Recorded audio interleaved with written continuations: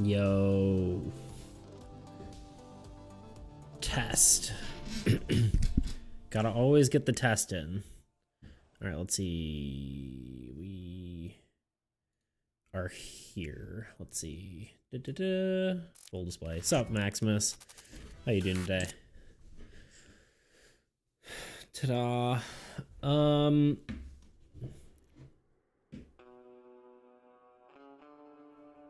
think we're doing more card drawing today.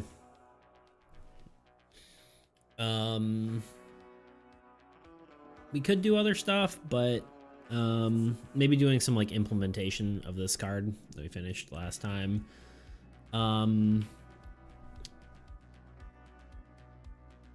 Drawing, oh boy. Yep, I think so. It's obviously not as engaging, but I think it's interesting. It's fun to do. I don't know. I'm still like trying to figure stuff out with the game as a whole. Oh yeah, I've been playing around with Discord reactives. Let's see if this works actually. Let me, because I think it'd be cool if like, you know, I'm playing with my friends or something, you can actually see show up here. Yeah. So if I'm like talking, it has my little guy. Oh wait, did I switch scenes? Yeah, I did. Okay, that's weird. Why's YouTube? Oh, there we go. But yeah, that's the idea. So I'd have like a little guy down in the corner. I don't know if necessarily would have one of myself, but having because you know, obviously I have a video, but I think it could be fun to do that. And I also can like yeah, I was gonna say I wouldn't have one of me, but this is just playing around. Unless I turned off myself when I was doing like gameplay, so we could have like more screen real estate, you know. But yeah, I can like mute. That's my mute one when I do that. And then I had deafen, which I thought was funny.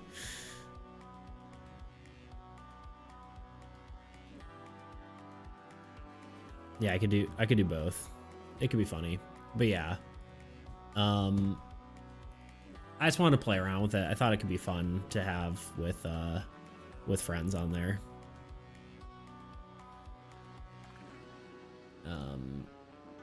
But yeah. Yeah, let's do a quick talk about my thoughts since last time. I haven't really played much more, but I'm sort of developing my opinion on everything. Let's just pull up something that's relevant here. Okay. Because yeah, my opinions are somewhat solidifying. I think and we've kind of talked about this a bit already, but what am I doing here?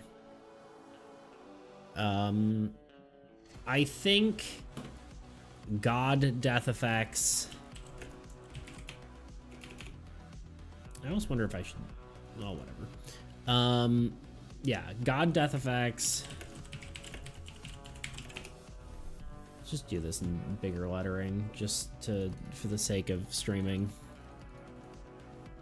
God death effect, or old God rather.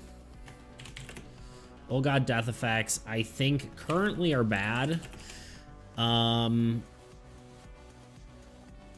I think they there's a few options. One is they're removed. And I haven't even played with them, but honestly, just like after okay, I played with them once, but honestly, one playthrough I think is enough to understand where they're at. Either they're just a bad idea, right? Well, from what I've played, the first 2 to 3 turns kind of decide the game, and anytime I've lost, it basically nothing could do, even if I knew what the old guy was going to draw. Yeah, so it's either needs to be removed, right? It just doesn't work. You said like a timer, right? A timer would be an option. Or like allow them to be attacked at any time. I think that is the options for that.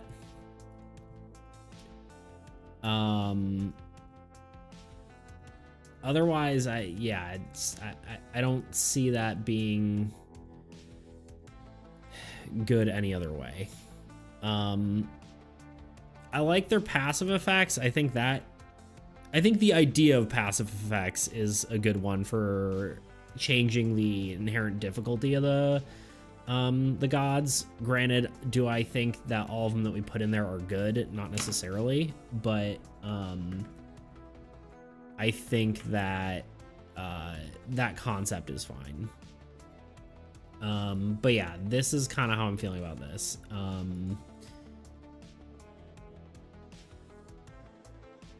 Timer and allowing them to be attacked are both interesting, and a note on allowing them to be attacked idea is that you can give old gods positive death effects. Not sure how that would affect the game, but it's an idea for sure. Yeah.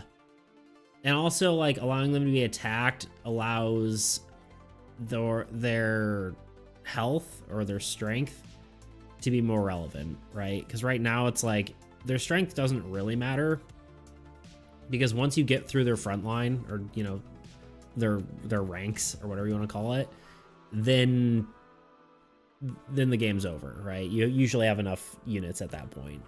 But if you're allowed to be attacked, you could have the, you know, say a weak god have 10 health and you can kill that, but you don't know what's going to come out after it, right? So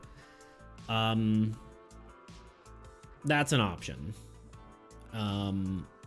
It also, the benefit of that would be games could go shorter, or you could do both. Maybe.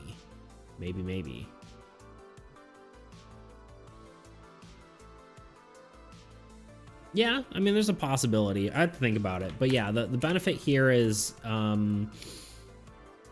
let's talk about the strength and weakness of each, so we can just maybe move on, or not move on, but like think about that as we do other stuff. But let it process, I guess is what I'm trying to say. Benefit of allowing them to be attacked is strength matters more.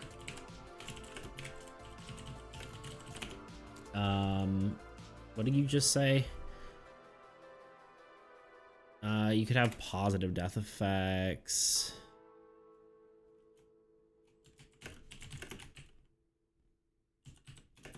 PDE, as we call it.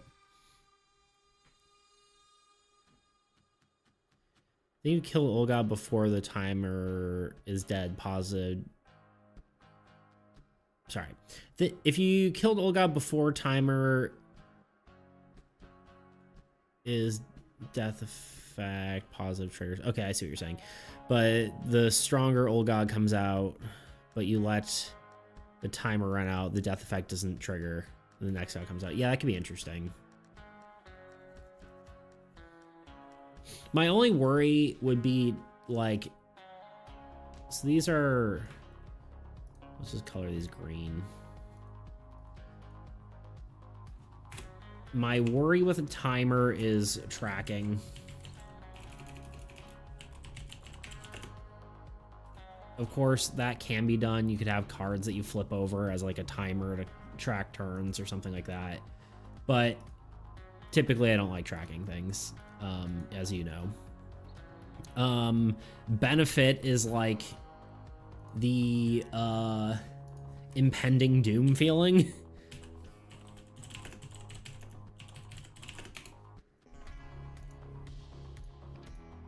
Right? That's nice. Although I feel like you kind of already have that from like them just drawing cards that you don't know what's coming. It's not that hard to track, you just need a turn counter. Yeah, but like that is another element to the game, right?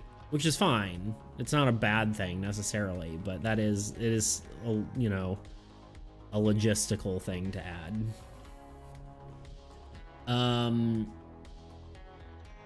It is a whole new mechanic, right? Whereas this is an existing mechanic, it's just changing the rules slightly. Yeah, I'm not saying it's bad. I'm just saying it. Well, tracking I don't like, but it's not necessarily like awful. It exists.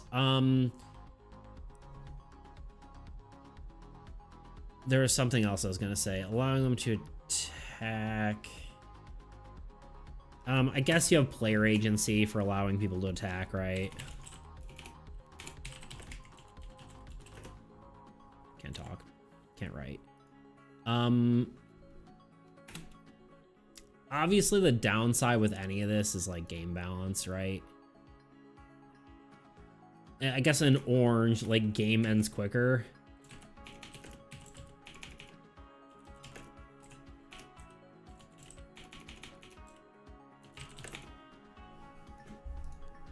I don't really have, I guess the downside would be the opposite of Impending Doom for here, right? Like, it's the downside is players,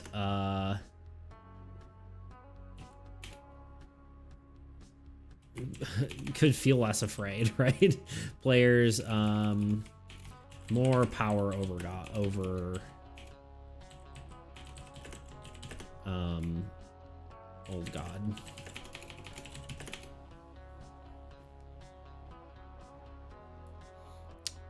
Balancing allow, yeah, like balancing is going to be a lot worse for sure.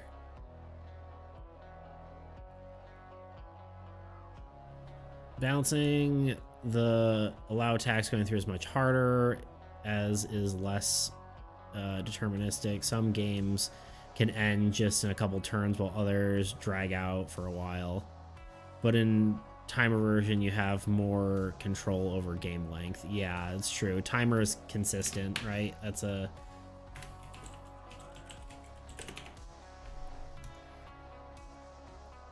Right, consistency. It's nice about the timer.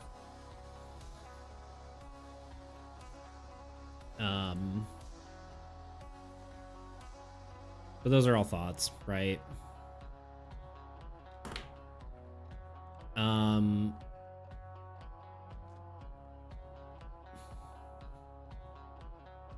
But yeah, that's my thoughts, really. There's more downsides, and both are going to require... the more downsides and upsides you list, the more I side with both at the same time. Yeah...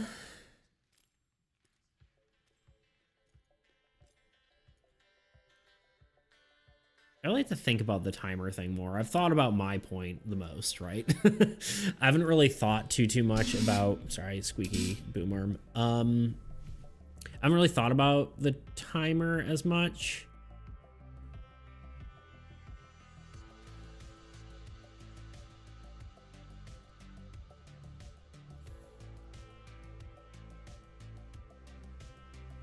But yeah, it's something to consider. This one we can, well, either of them we can test pretty easily, right?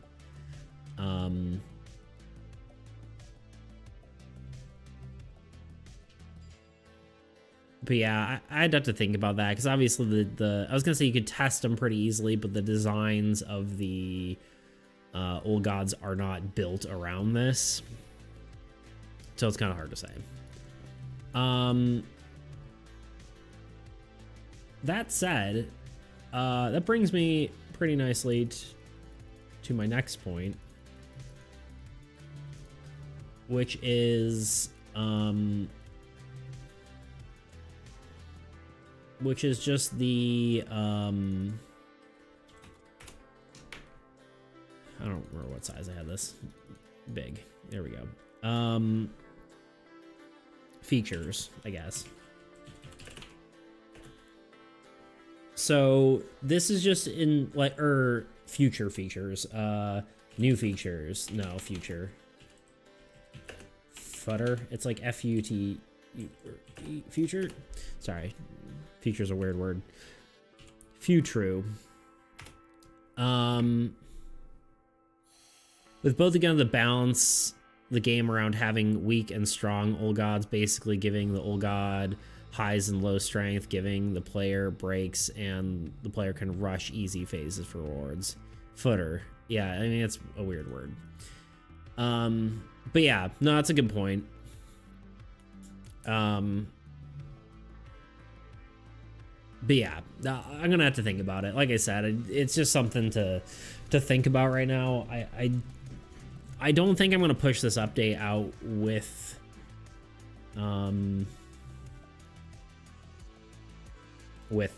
I think it's a bad feature currently. It's not really where I want the game to be going.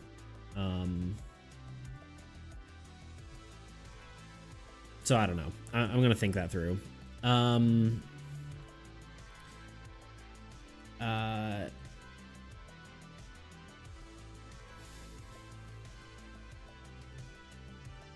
Yeah, I don't know. Gotta think about it.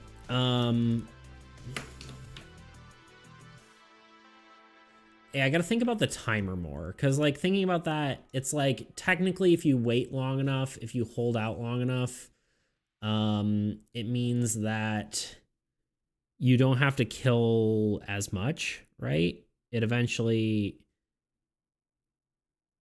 time works on your side. It works well for the Maximus strategy, the old Dalamus strategy. Granted, you're not getting any positive death effects, but it depends on whether we push toward more positive or more negative effects, whether that actually matters or not.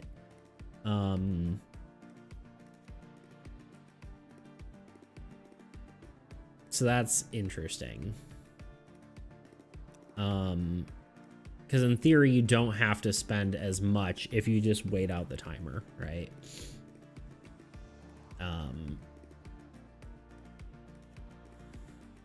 Potentially you could have it so that negative death effects don't trigger if you kill it.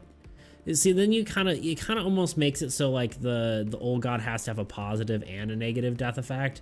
If you kill it before when its positive death effect is active, or if you kill it, you get a positive reward. If you let the timer run out, you get a negative reward. That's kind of what it feels like it should be if it works like that. And then, yeah, I guess it has like a innate sort of time, right? Like the game will never last more than X number of turns. That was kind of the idea. Yeah, I just don't know how I'm going to fit all that on one card, you know, without introducing different cards. In that case, like I almost wouldn't do, I would maybe remove death or like death effects entirely and make it more of a, well, maybe not remove death effects, but like have that as an integration of part of the timer.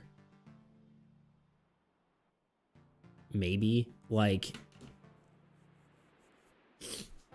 I guess this would be like where the like effector cards would be better, right? Like where a card that changed the effect of the old god, which would just be like if you kill the old god, you get like a card that specifically just has 2 death effects on it, and you put it with the old god, right?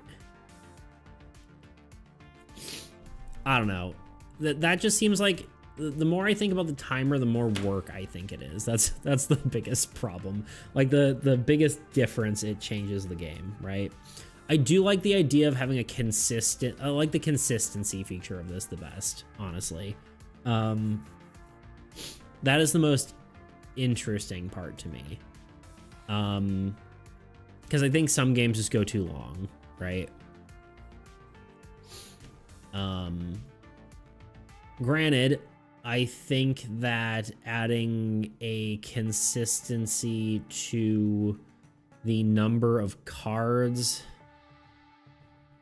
well, here's the, and let's just talk about the next thing, right? Because future features, one of them is just a deck size, right? or life decking, right? Because that also fixes game length. Because if you run out of cards, it's over, right?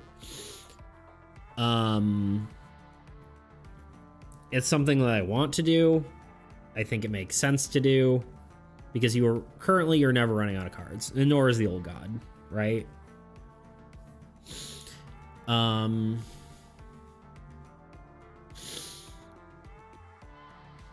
So that in theory is almost a timer of self.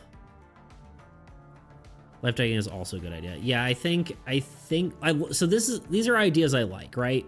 Life decking, I do want deck building in some form. Whether that is like a draft mode, right? Sort of like a roguelike. I never remember the difference between Rogue and Rouge. Okay, I did it right. Something like that, or just like custom built.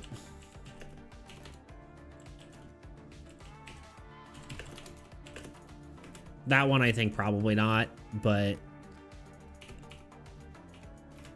some sort of mechanic, even if that's like randomly shuffling,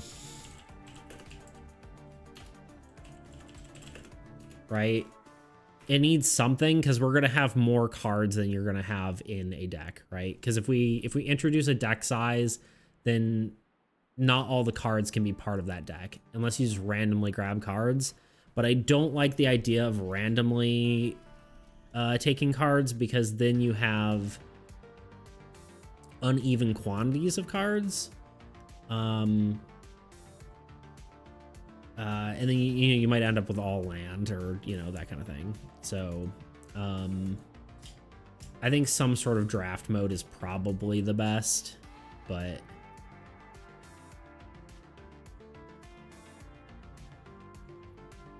life decking also ties the Old God Phases thing together. In what way?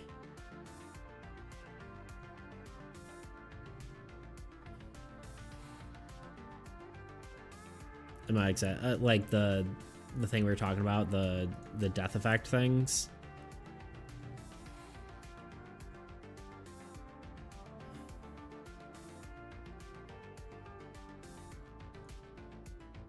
I'm trying to think of other features I want to include in the game.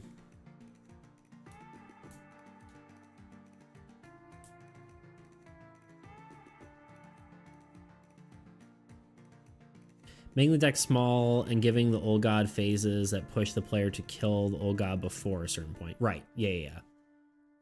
Definitely. Yeah, because that's I mean, this is essentially a timer, right?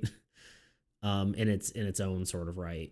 It's not quite the same as what you're saying, but that's kind of what I'm thinking might be a better idea for timing, right? Because in theory you have X number of cards, right? And eventually you're gonna lose them all.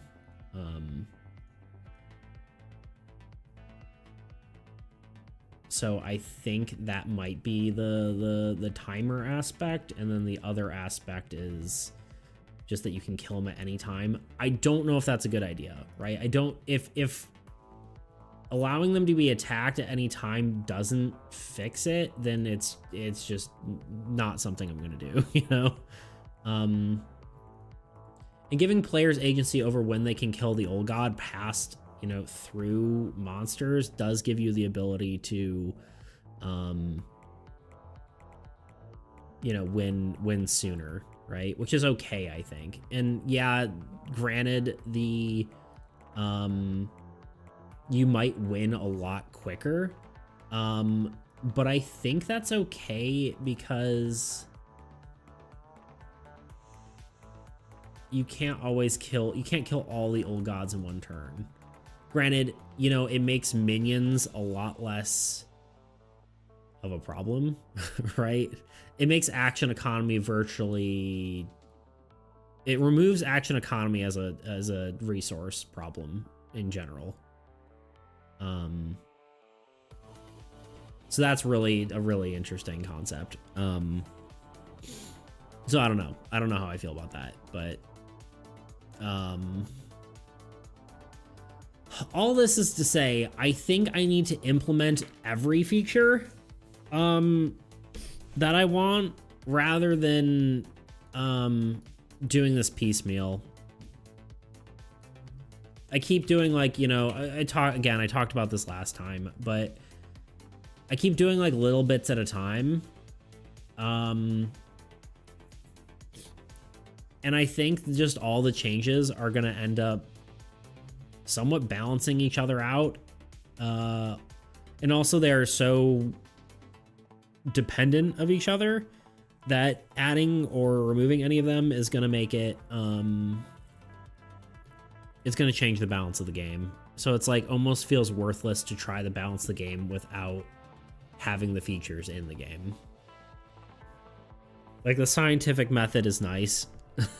But honestly, I don't think it's worth trying to do all this individually. I think I just need to get these two features into the game, and then we can figure out the rest. I also think probably some of these old gods are going to be pushed to the beta, and then the rest are going to like make a curated experience instead of like a randomized one, and then push the other gods into the beta, because having however many we have, 7 or whatever, is too many. It's too many to figure out balance with.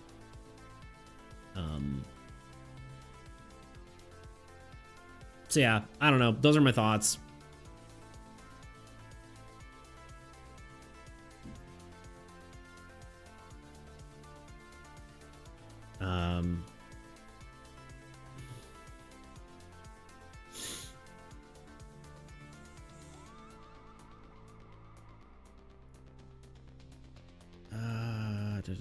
Okay.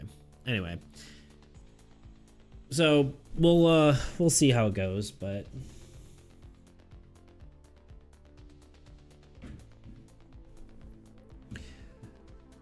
I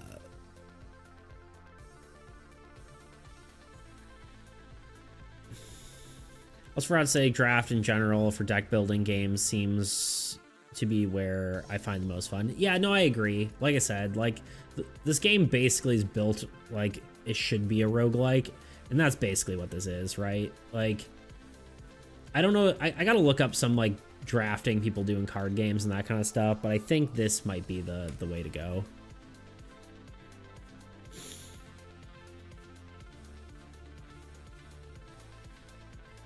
Even if I've never been able to do it right way for Magic, I can't afford, as I can't afford packs, right? Yeah. Yeah, I mean, again, draft is just the same roguelike format, right? Here's a few cards you can choose from, you choose this one, or, you know, you have to pick cards as you go. I gotta see what Magic's draft is like. I've never actually looked it up, but I think draft probably is the best option here. I think the other options could be different game modes, but then everything should be balanced around draft, if that makes sense. I think custom built, again, this would follow, and maybe draft would as well, but this would follow a formula.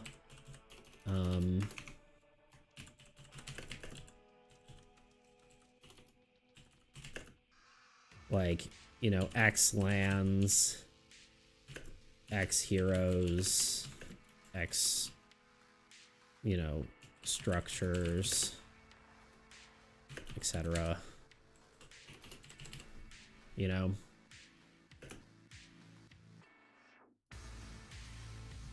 So that's the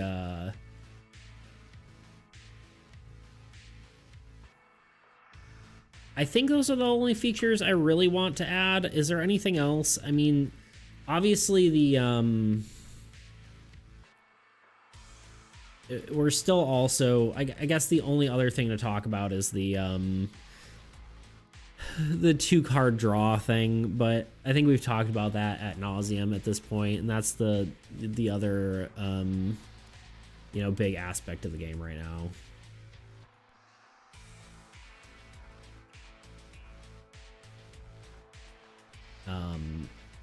And I'm still unsure how to feel about it. Which is why, like, I think adding these other elements. 2-card draw should be the right way, not the way it was before. Yeah, I'm feeling like it's still the right way, but the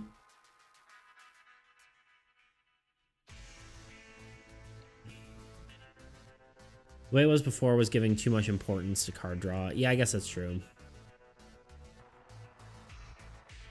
I agree. I think it's better. I think the biggest question about 2-card draw is the restriction on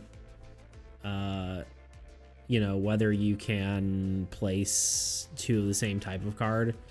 But again, if we allow you to attack the old god, that's gonna basically remove action economy as something that's arguably that important, which I think is probably going to be bad, thinking about it more, but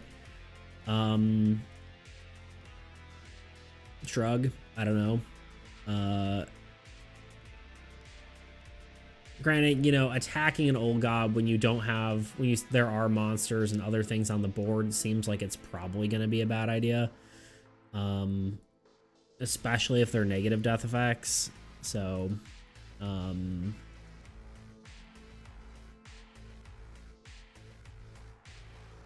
so yeah, I think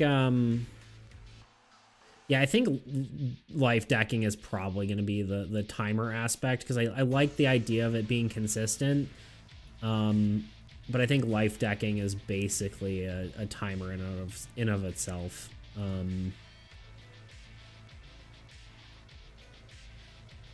Which may mean, like, you get to a point where there's just nothing you could have done, right? There's just no point where you could win the game. But that's all just balancing, I guess.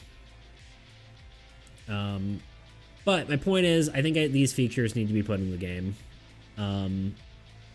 As, like, much of a headache as that's going to be, and, like, very jarring, I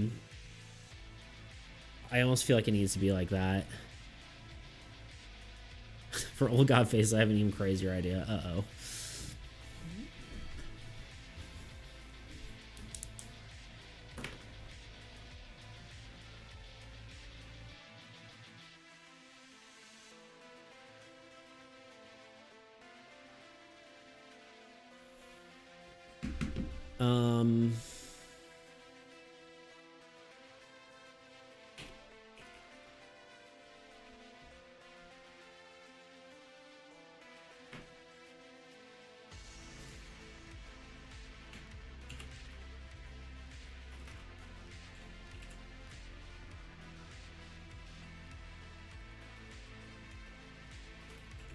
I need, like, one of those page breaks in here, because I'm losing my mind.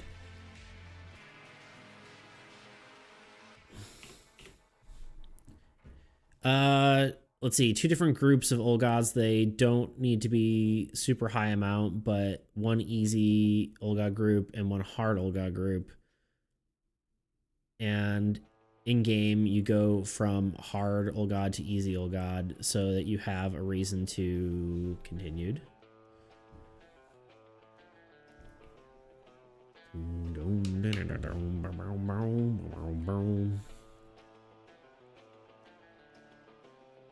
To try and kill the old god ASAP to get the easy phase, and you can choose to attack each old god to trigger its positive death effect. Yeah, I mean, I could definitely see that, right?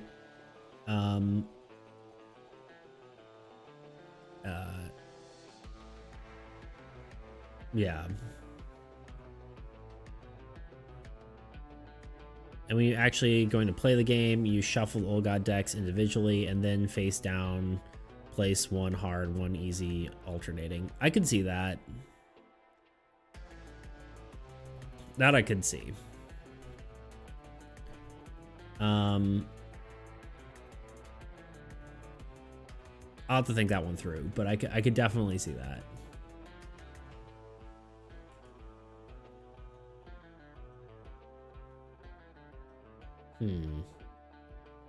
Yeah, I'm gonna have to give that some thought.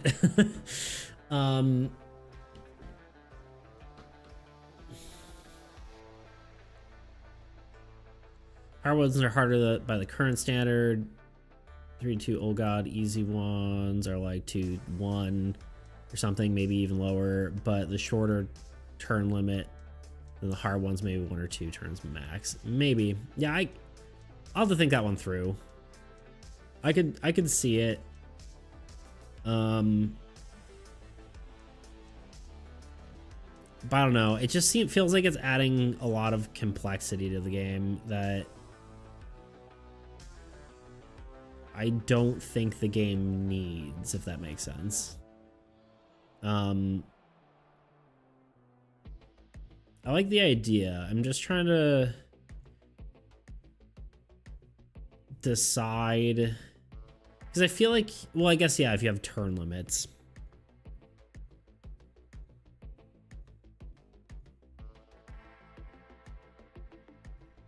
Maybe. I'll have to think that one through. I'll ponder that. But yeah, these are all the things to think about.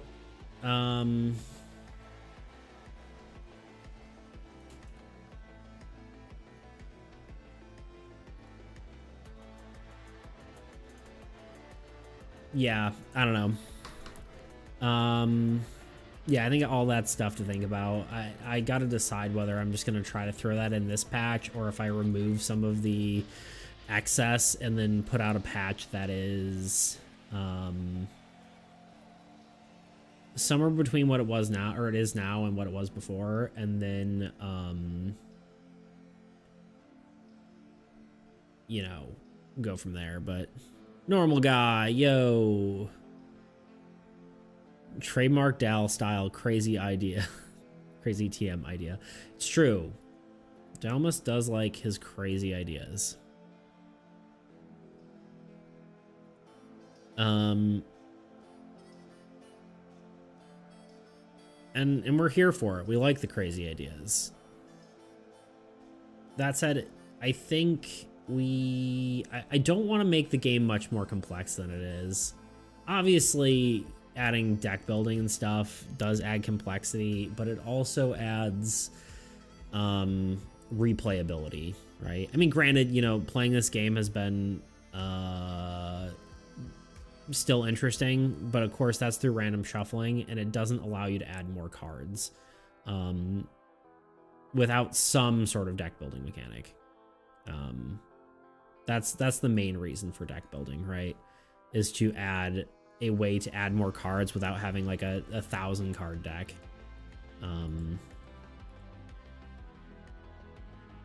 But yeah, you push a lot more towards simplicity than what I am, which is a good thing, as generally I go over complex. Yeah, honestly, I think that's still me reeling from Soul, and it's like, oh wait, I have 12,000 features. I ever showed you the Soul the features chart? Probably have.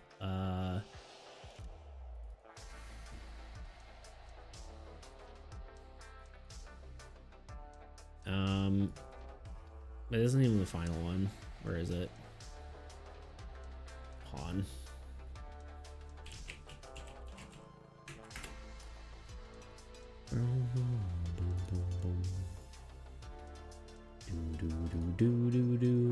No, you haven't actually. All right, here's the here's what all of Soul's systems look like. And I don't even know if this is accurate, but this is the all the interconnected systems, because I was having trouble visualizing everything. So you got your core stats, and those go into traits, and the core stats correspond to different dice. And then you have secondary stats, which is like weight, money, offensive, defensive, damage. Health is in 2 separate ones, physical and mental health. You can limit break, which sacrifices mental health for concentration. You've got defense, evade, armor, shields, plate. Those work with different stats as well. You can, oh God, can I use space? Okay, I can. You've got on the other side, you've got your race, sub races, classes, signature abilities, which I don't know if signature abilities is still a thing. You've got your actions and your all that stuff, basic actions, movement, roleplay actions, free actions. And then each ability can go into, they pair with different items, and items have discretion levels, and, so like, did that help you visualize it, LMAO? I don't know. I understand it better. It's easier to like track the flow of it, but, I don't know. There's a few features is what I'm trying to get at. And the frick is this? Oh, right. Just tags. Yeah, I don't know. It got too much. Is that a suicide note? May as well be. Anyway, yeah, so this got a little overly complex, which is fine, but I'm not looking for Armies Against Entropy to be that. Because, I mean, here's the thing. Not only is it good for... I mean, the biggest thing with simplicity is pretty much one-to-one with approachability, right? This game should be approachable, and the most complex mechanic is arguably the unit allocation. And I guess on a sort of different note, just like the cards' interactions of themselves, right? I guess, technically, like the cards that change game mechanics is maybe the most complex thing. But yeah, there's a lot of things I just don't want to add. It feels overly complex.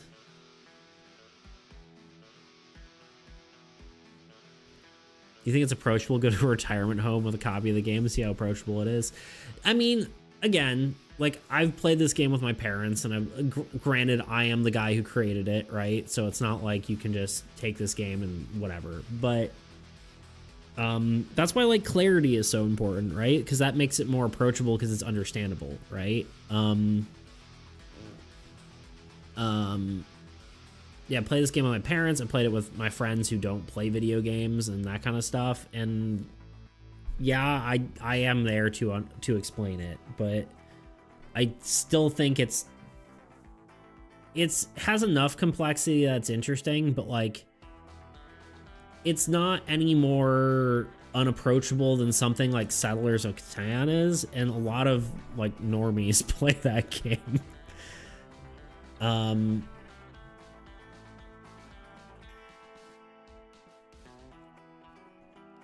I don't know. So I don't want to have too much feature creep, you know? Is that term, feature creep? I guess so. So yeah.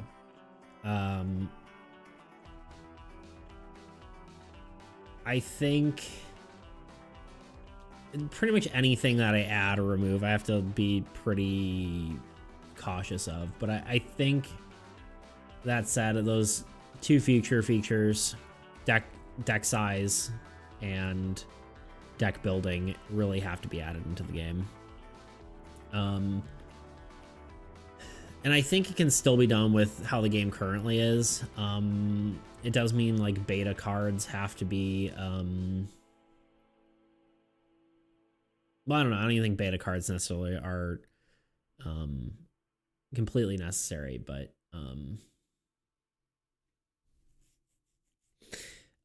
because honestly, beta cards I feel like are not a priority, but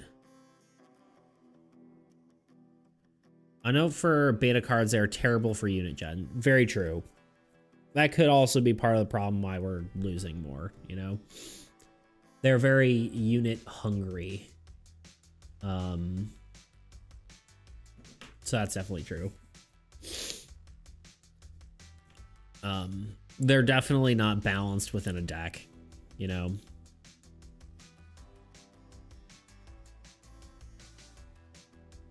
There's a small version of the risk rain issue where unit gen is a little low with all of them in the deck. Yeah. Yep. Very true. Yeah, the problem is they're really not... We probably shouldn't be playing with them to determine the balance of the game. Because they're not balanced. They're not necessarily good. They're not necessarily bad either, but... For playtesting reasons, we probably shouldn't be using them. At least at this point in the game. There's also so many cool ways you can generate units, and just adding more planes into the deck just feels dumb. Yeah. There's only so many ways. Gotcha. I think there could be still cool ways to do it, but like limited unit gen methods. Yeah, that's true. I mean, it's the problem with healing, right? In like video games. Like there's a lot of cool ways to kill people, but not a lot of cool ways to heal people, right? And that's why healing classes don't always feel super interesting. I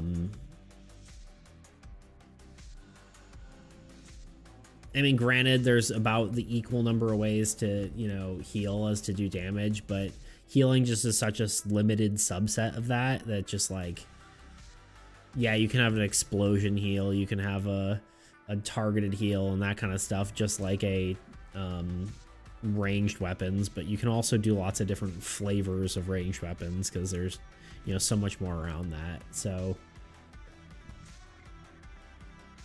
it's definitely a thing that it's the same concept, right? Anyway, we've yapped enough. Let's do some drawing. We can yap while we draw. Yeah, you can kill with hammers, hatchets, darts, arrows, bombs, guns, rifles, magic, fists, swords. Yeah. Whereas healing, you can heal. Like, you know. That was something like with Soul I kind of learned a lot, because the goal was to have healing tools as well, like scalpels and a defibrillator and a bone saw and a, you know, that kind of thing. And I think, should we actually implement this card first? What do we want to do? We want to draw a new card, or we want to just implement this one into the game? Just get it into the beta. I think probably getting it in might be fun.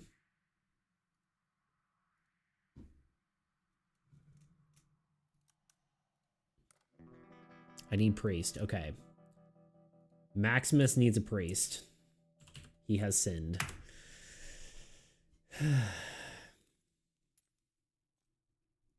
Maximus is a sinner. Let's get in the game. And then we're gonna draw for a bit. We're not working on Soul. We are working on Armies Against Entropy. I might start working on Soul again at some point soon, maybe. That's a lie. I don't know. It could be nice to work on again. But I'm not sold on that.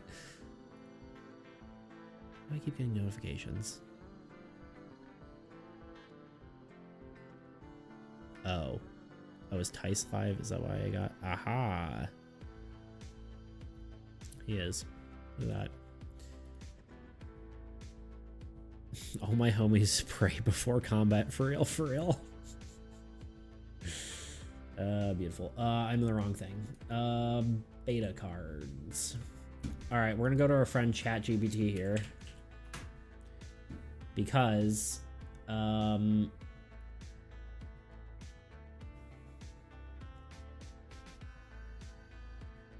I want to look up other words. Religious fantasy order names. Because we had talked about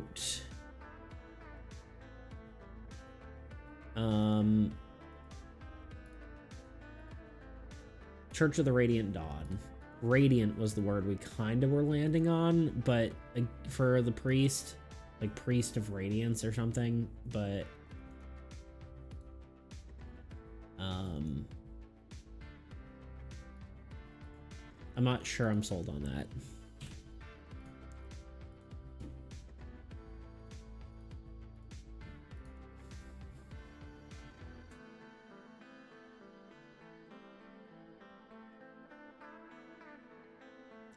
Priest of the Burning Dawn. I don't want to use Dawn, honestly.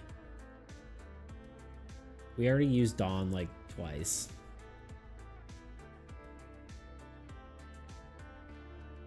Like he burns, yeah, burns heretics. Yeah, maybe.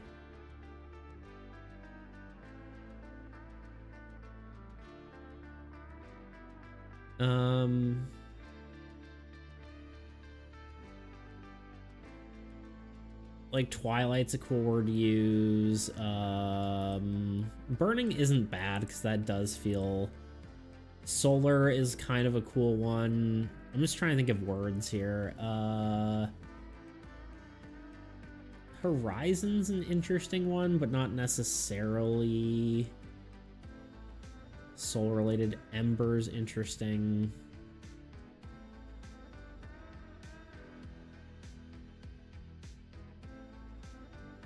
Luminous is interesting.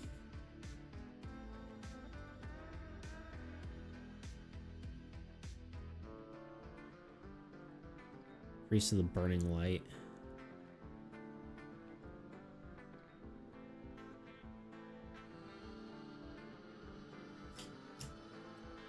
Celestial Light. No,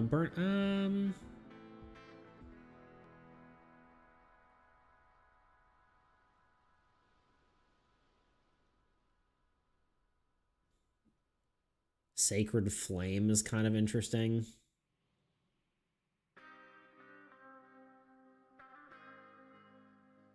Sacred Radiance, Sacred Church of the Zenith Flame.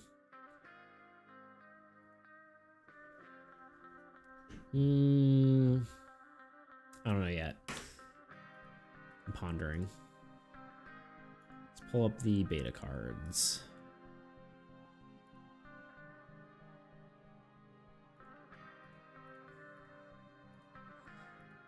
While we ponder that some more, Priest, how does this work? Man,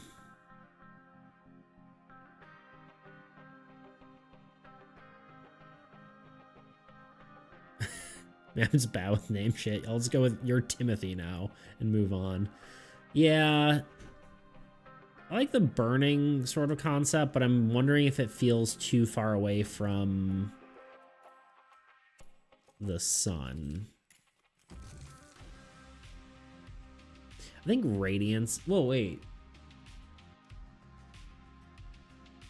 Using the word Radiance instead of Radiant might be good, but... I don't know. We're going to think about that for a second. We'll come back to it. Priest. How does this work? Is this just an innate effect, or... I don't think it really... so it's either an innate effect, just like a base effect, right? Or...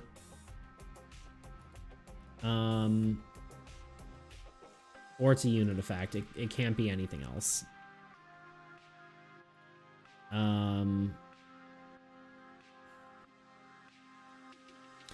Defeating an enemy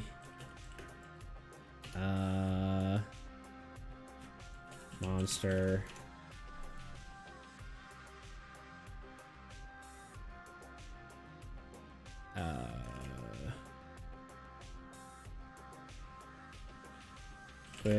Well, I guess if it's a... Okay, hold up. No, it's gotta be... It actually has to be a base effect. If it was going to be a unit effect, it would have to apply to every single card. So I think it's just a base effect. Honestly, I'm partly tempted to make there be single unit effects and... like, unit effects that apply to individual cards and unit effects that apply to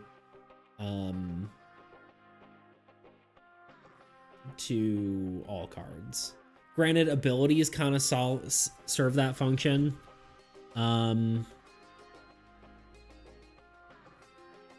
But part of me thinks I kind of want to do that, but I'm not 100% sold on that. Defeating an enemy, it's going to be a base effect. Defeating an enemy with this hero does not trigger... Okay, is it negative death effects or all death effects? Probably just negative death effects. I think all death effects just feels weird. It's probably gonna be strong, but I think that might be okay. Yeah, I agree.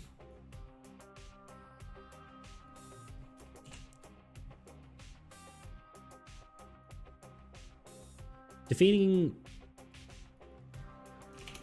a monster with this hero does not trigger negative death effects. Cool. Simple as that. It does not have a secondary effect. It can attack. It has no unit spawn. That's that.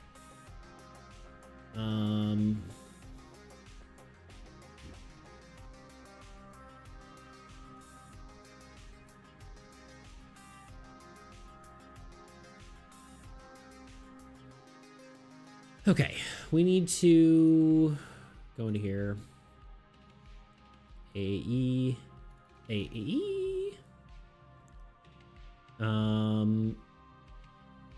Heroes.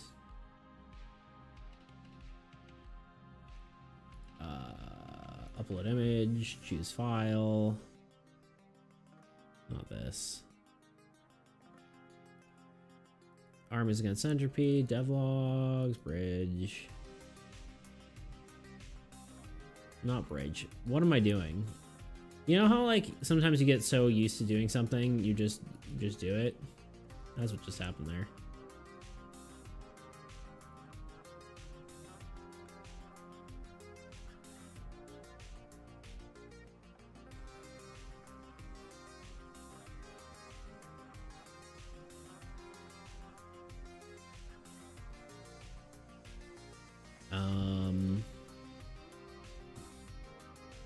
Copy the path.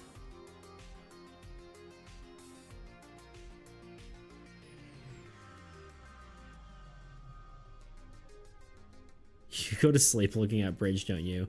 Its powerful aura soothes your soul, huh? No, I just been working on the new devlog a lot.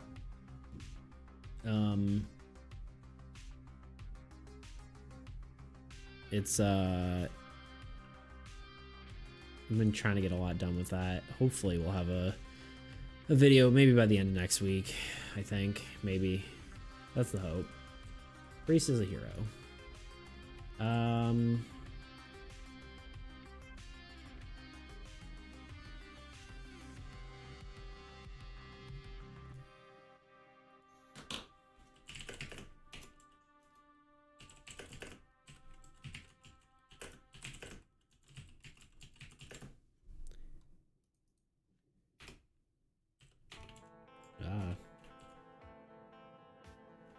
No, screw it. I can't spell anyway.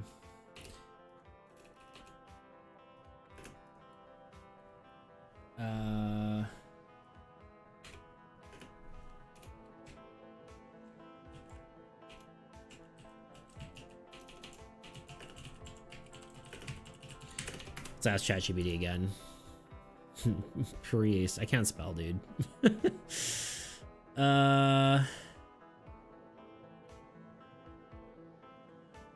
Priest of the Purifying Light. That's pretty maybe decent.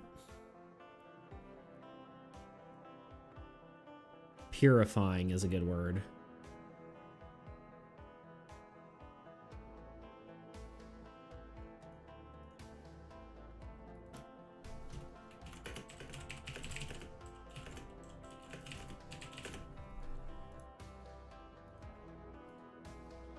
Like this one, give me some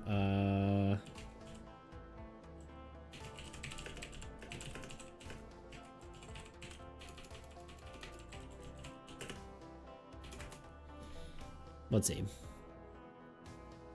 Priest of the Purifying Sun. Priest of Solar Purity. Priest of the Cleansing Dawn. Priest of Radiant Purification. Priest of the Purging Light. Priest of the Eternal Sun. Priest of the Sacred Solstice. We're losing the script.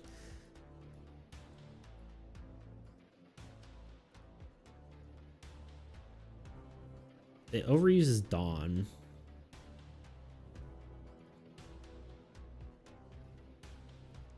I think it's like Priest of the Purifying Light for now. We can change it later, but that's what I'm gonna go with.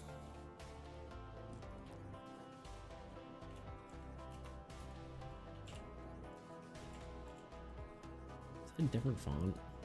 Why?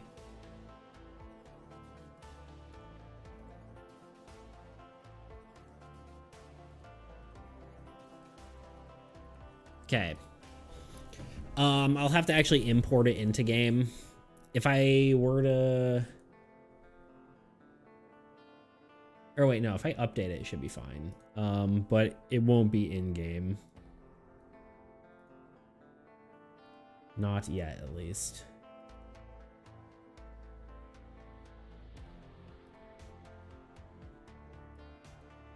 You gotta be kidding me.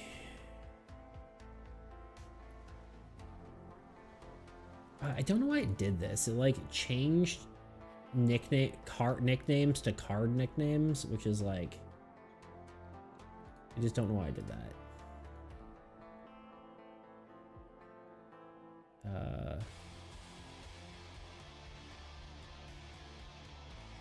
Or yeah, I changed it from card nickname to nickname. It's like, why?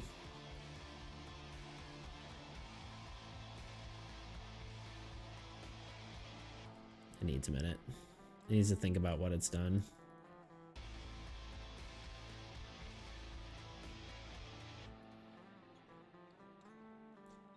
Effect box column.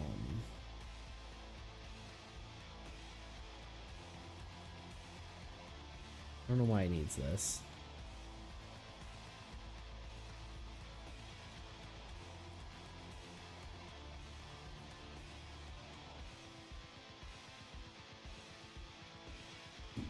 We'll give it a minute. Anyway, we're good there. Good here. All right, what do we want next? We want a land or a structure. We are done with priest. Priest has been priestified.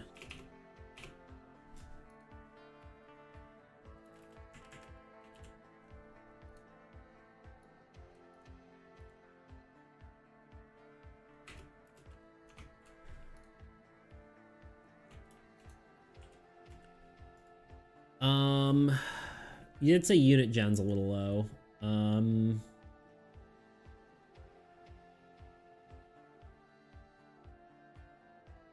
don't think we really have much in the way of unit gen, honestly.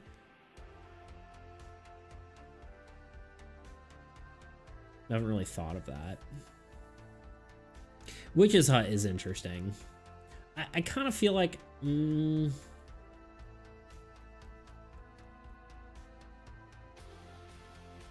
Bog is also kind of decent, where it's like a Wasteland of Ruins are destroyed, you gain 5 units. That's probably... It's, you know, Swamp, but like for more powerful bad things, right?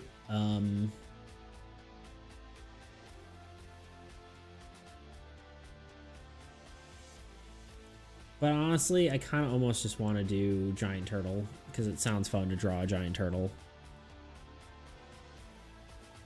It's mostly the reason. But yeah, we'll definitely have to take a pass at like thinking about unit gen, right? Or alternatively lowering unit loss, I guess, right? Like or trying to have more unit prevention sort of cards.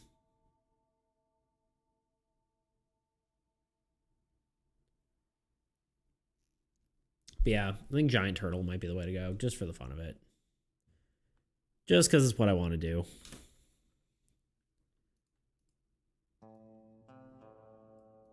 It sounds fun. Do we need a land that can attack? Probably not. Do I want to draw a giant turtle? Yes.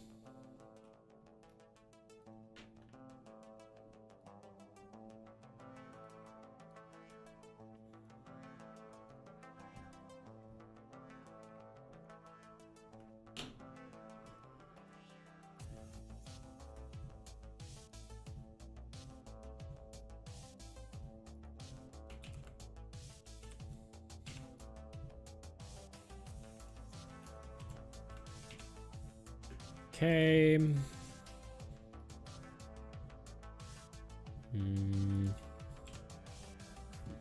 Look up a giant turtle.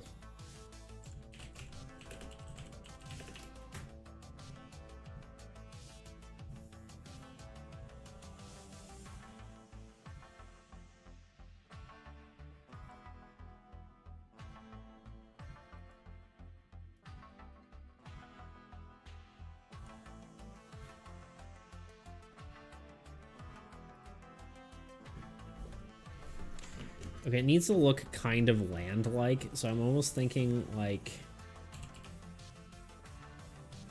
I don't know, it's got our generic turtle shape.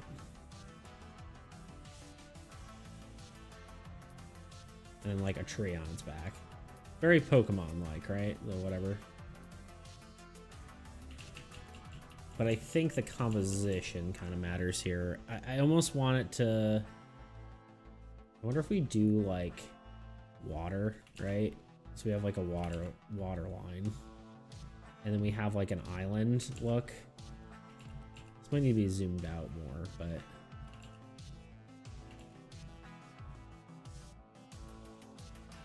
like an island, right? Tree. It's very tree-like. I'm trying to draw a palm tree and I just can't. It's pointy.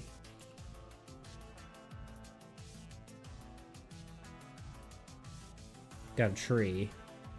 And then we have its head underwater.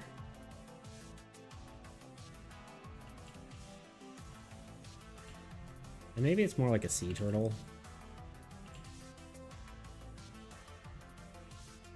Right? Like that might be more interesting. The idea is it's kind of like, if you're looking at the top of the card, you would only really see a like a beach, and then underneath it, actually maybe that line would be there.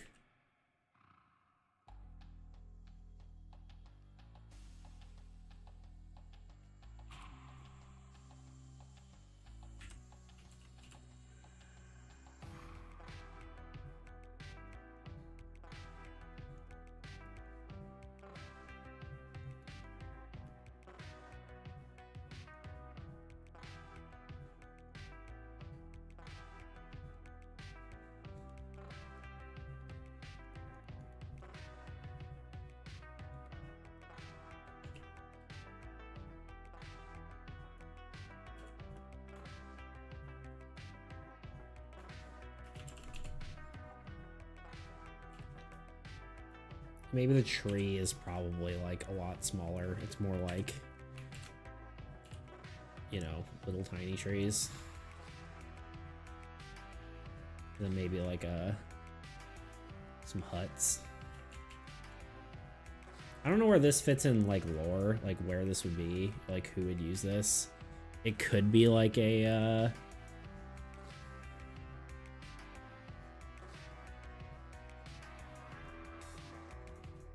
nomad thing.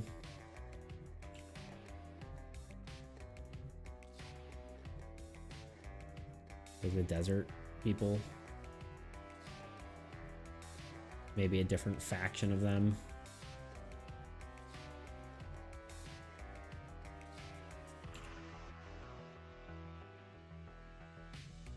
Although I think having structures on it does make it feel like it's more of a structure itself. So I might just go with trees.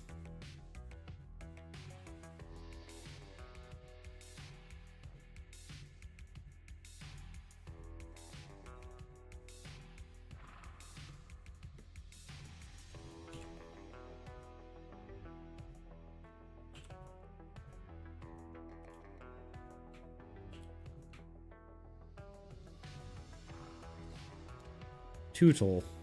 Exactly. Yeah, I thought doing a giant turtle would be fun. Is it the card we need in the game? No. Is it cute and a giant turtle? Yeah. Is it fun? Yeah. I almost wonder if we should have like big beady eyes instead of the classic Beats eyes.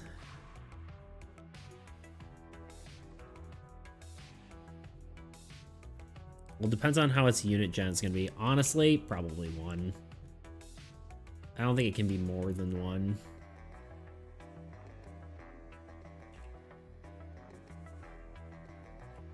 But honestly, I'm not worrying about balance of... I mean, okay, I'm slightly worried about balance of...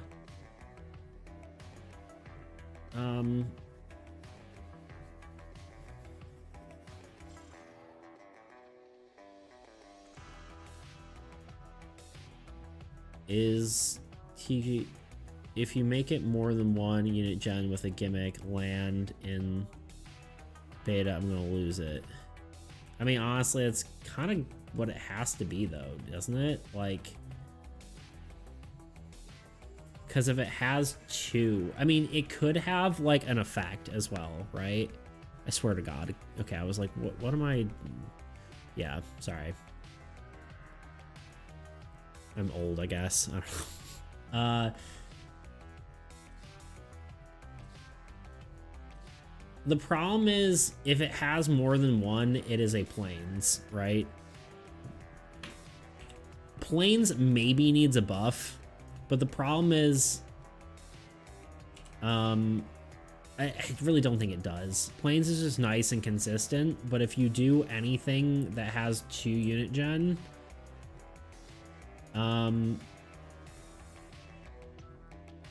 it kind of negates the relevance of plains. That is the biggest downside to plains being the only thing with 2. I'm trying to see if I should give it a tail, but I don't know if sea turtles have tails.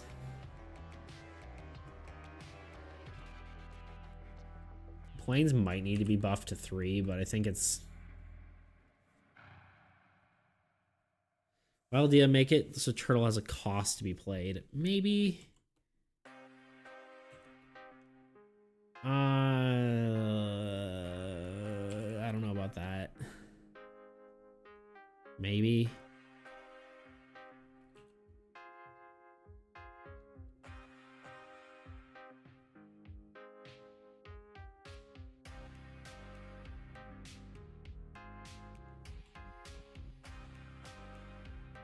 I have a cost ready to. I'll hear it. It replaces an existing land. Interesting.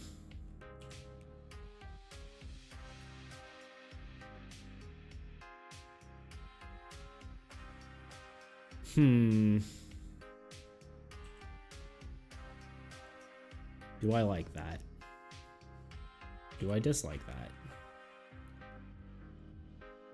I don't know.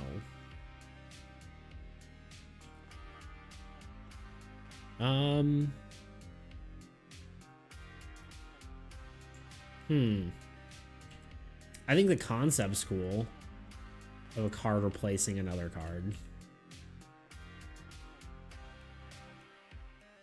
And then I guess you can make it stronger, right? And it doesn't allow you to place it first.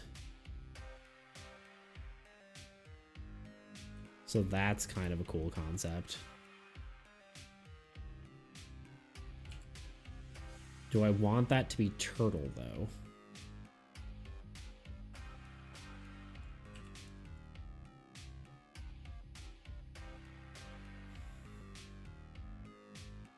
I do like the replacing existing land thing, because then you can make powerful lands that can replace other existing ones.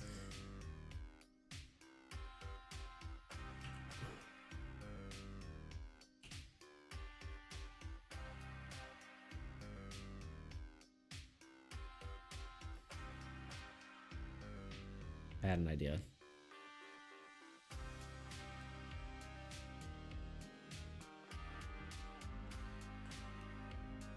My idea is it has a baby.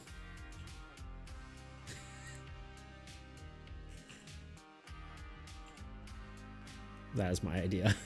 It has a wee one. A little small guy.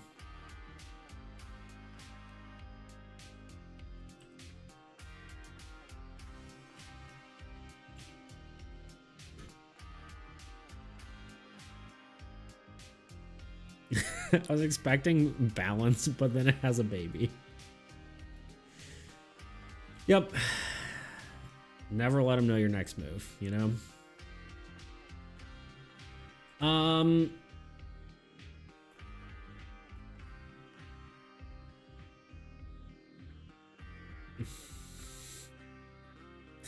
The baby helps nothing. It's entirely useless. I hate the baby.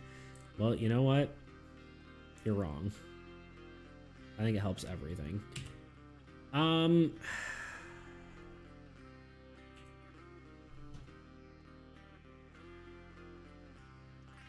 trying to yeah, I mean, I'm trying to think, because like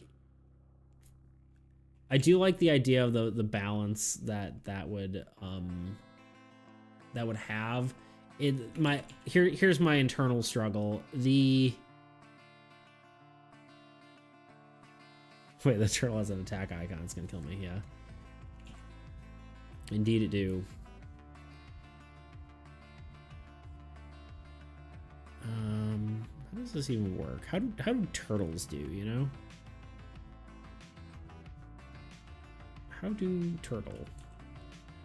I guess it's a fantasy turtle, so I can draw it however the heck I want. But here's my problem with replacing an existing land, is that it means you can't place it turn one, which adds more probability of a dead hand. That's the problem with adding restrictions to cards like that. Especially if we keep the you can only play one of each type of card rule. Because structures already have that rule, essentially, right? You need a structure to play it.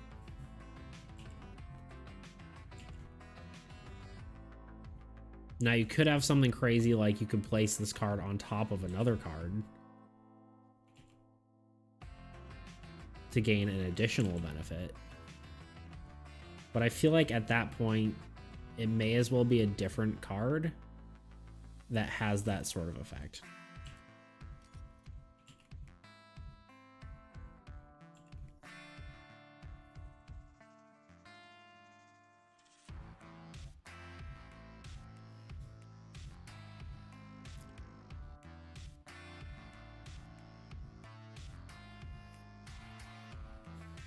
What if it chose to replace the land or not?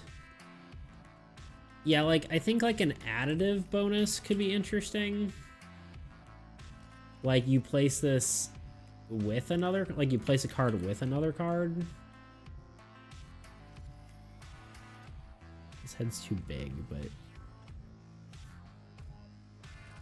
He's also kind of too flat. I think he needs to be more rounded. Which I'll probably just... Or she, I suppose, if it has a little baby. Potentially. You never know.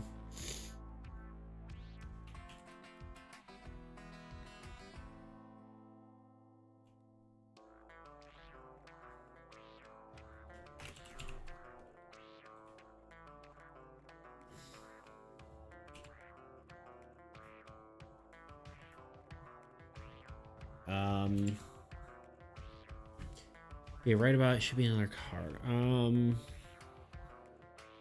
Honestly, a land that can attack is pretty dang powerful on its own. It could potentially have something like God of War, where if the card attacks, it gains additional units or something like that. Especially with going with this sort of like desert theme almost. What if it gets units every time it kills another land? I could see something like that. Yeah, I could see something like that. Kind of like that. Just give it a activated or a triggered effect. Yeah, I kind of like that, right? It generates you more units if it's used to attack. I think that's kind of cool. In some way, right? Whether it's killing units or just gets units on attack or something like that. You know, defeating a target in general grants it more units. And honestly, it fits the whole desert theme, so like attacking, granting it units, I feel like fits, right?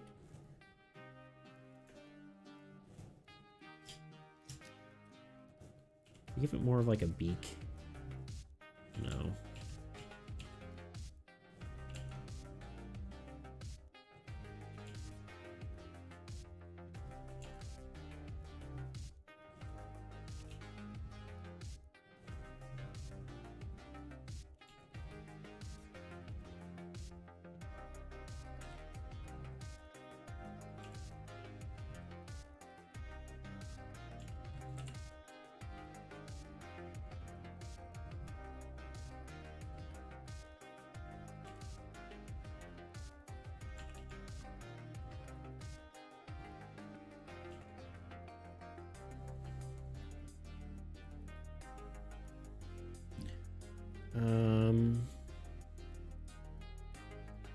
I'm gonna do like a slight secondary sketch here for some detailing.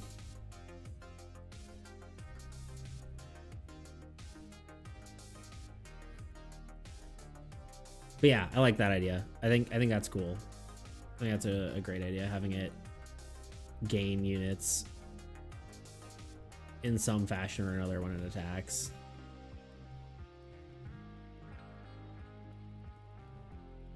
Again, whether that is a land specifically or just attacking in general or whatever.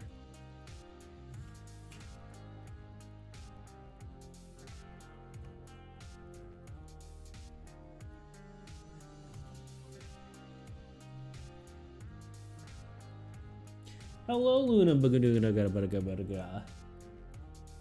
Yeah, I know. I know, girl.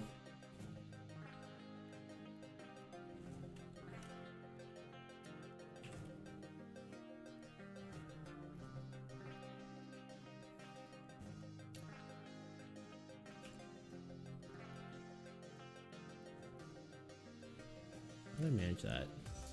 There we go.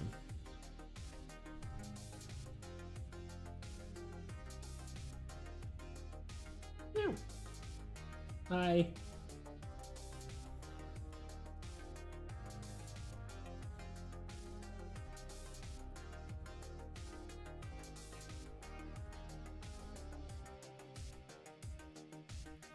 Yeah, I think the more I think about it, you're probably right with the gaining units on land kill, something a little more restrictive.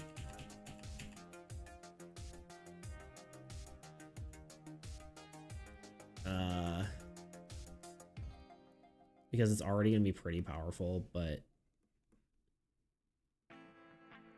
I'm always right. Except when you're not. I'm just kidding. You're right a good lot of the time, you know?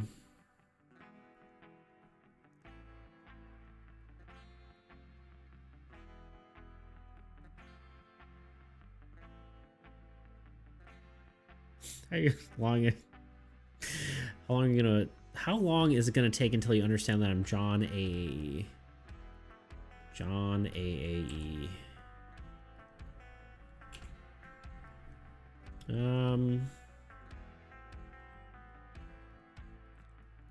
don't know.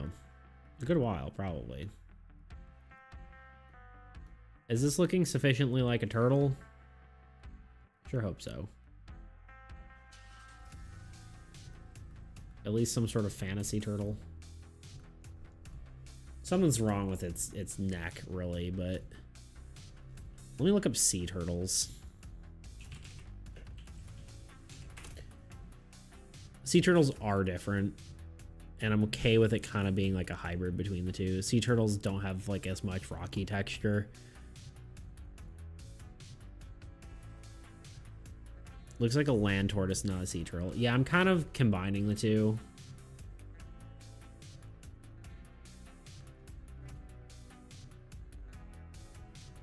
Yeah. I'm noticing that now. Should I care? I don't know. What looks better? I guess like it being flatter would make more sense for a livable terrain, but I kind of feel like the texture feels more interesting. Also, I think my perspective is slightly off. Like this should be more here.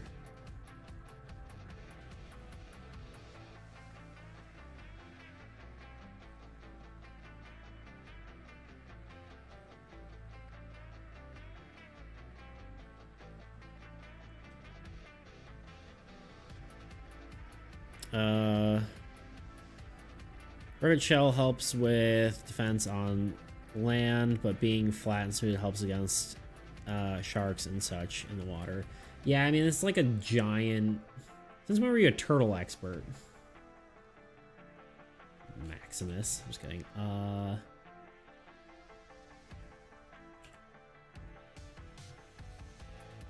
just messing with you.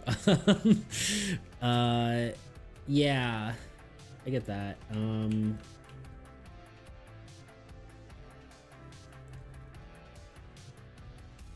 We don't know this thing's lore, right? We're kind of just drawing.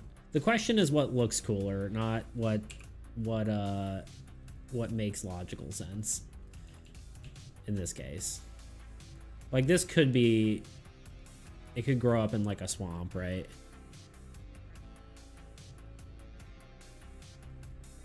It might be John AE, but my middle name is Tessudo. John Tessudo AE. Sorry. Oh, it's type turtle. Gotcha. I'm like, why am I blanking out? Like, what are this?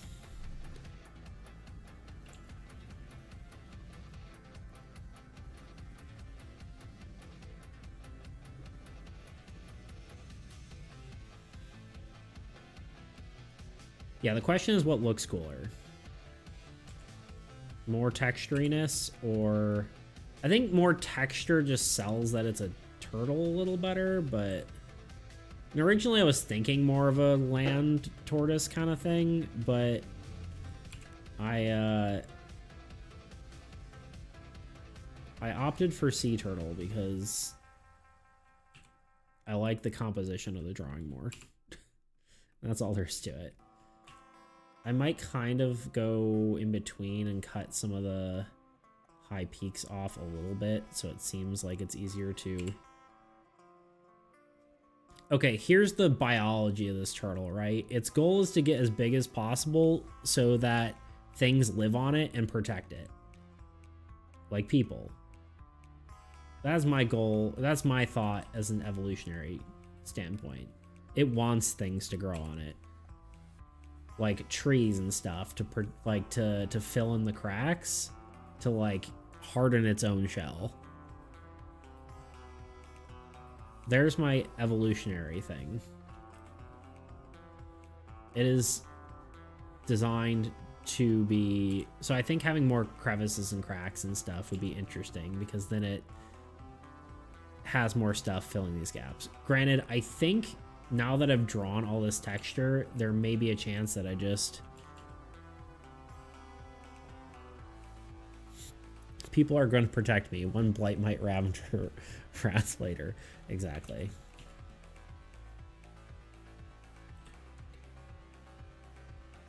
I think that's an interesting, like, concept, though. Right?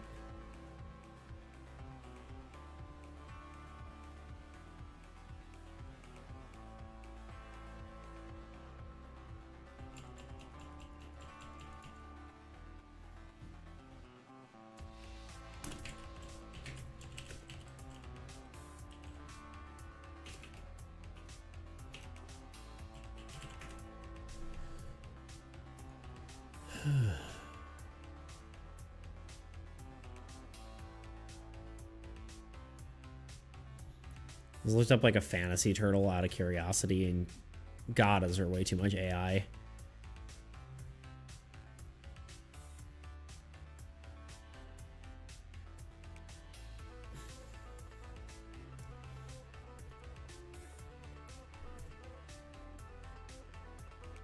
I think it's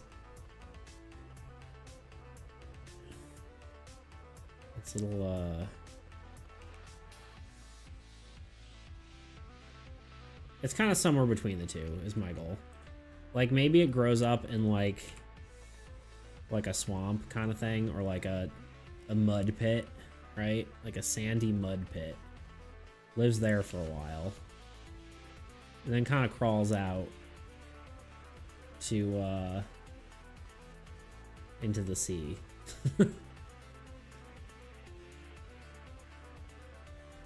It's a creature that can't survive in either environment. I guess so. Maybe it like domesticated itself.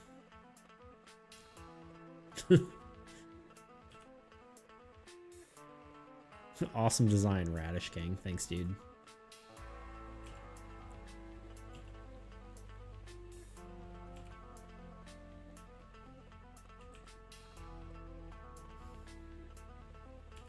I think it just looks the way it looks.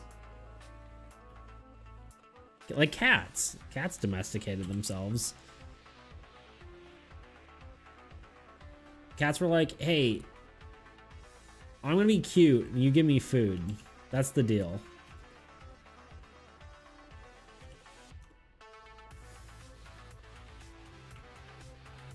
I'll like kill mice for you or whatever.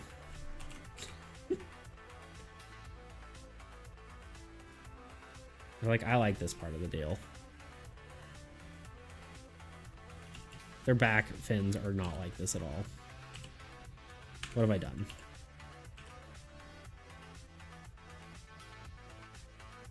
Maybe we give it more like feet kind of fins. It's a hybrid, okay?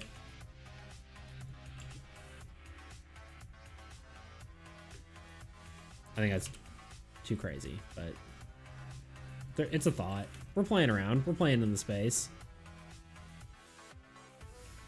It looks so derpy like that. I don't think I can do it.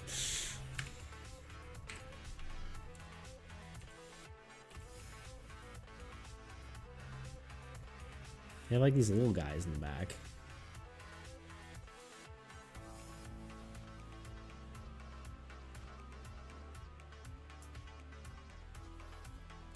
I mean, it can attack, so you may as well give it opposable thumbs. We've learned today that Maximus isn't into creature design.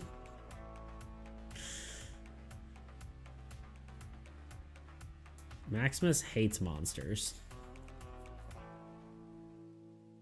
Fantasy and she.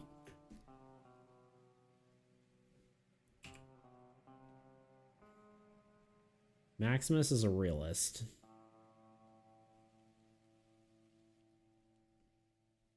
Can't handle it.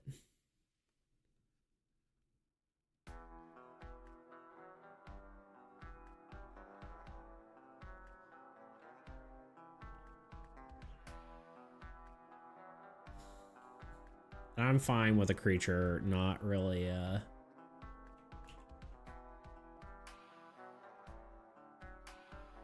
get some realists. I make ecosystems if I make fantasy monsters. Yeah, I think a lot of time you can you know, design and then decide and then just make the environment. You can pretend and make it make sense, I guess is what I'm getting at.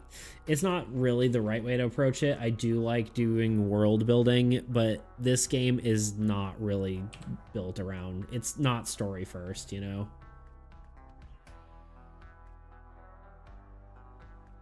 Oh no, like if I were to like make this game very story based, I would probably do the same. But this is, yeah. This game was never that. Yeah, there's lore. Lore can be interesting for it, but I don't think that's this game. It's not going to be super in-depth, right? The story is like, hey, survive. And there's some guys and they get along now. They didn't used to get along. That's the story. If I were to like start over, maybe I would make it have more narrative.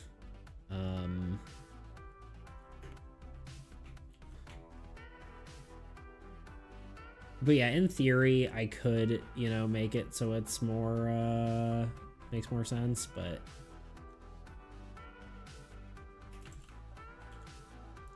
a lot of time you can add features and then reverse engineer, hey, like, why would it have this, right? What's the reasoning behind it?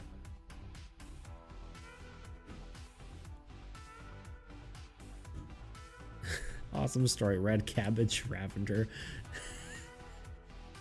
Yeah, the Ravager wasn't the best one. That one I actually copied from my comic, and it was just kind of like a random sketch, and I just didn't have time. The Ravager was originally going to be like this creature with like almost like a crystal golem like creature, but I tried to do it and it just was not working out, and then I gave up and I decided to do something else. I just used an old asset instead because I just ran out of time, if I'm being completely honest.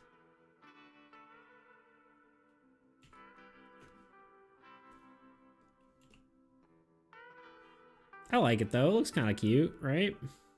I think we give it a tail. Its face needs to be a little different, but it kind of looks like that thing from Pokemon Shuckle or whatever it's called.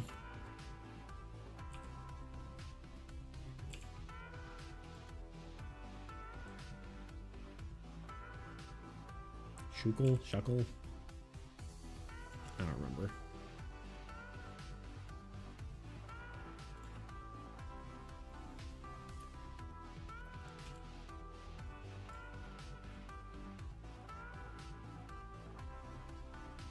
The little baby's important, all right? It's important to me.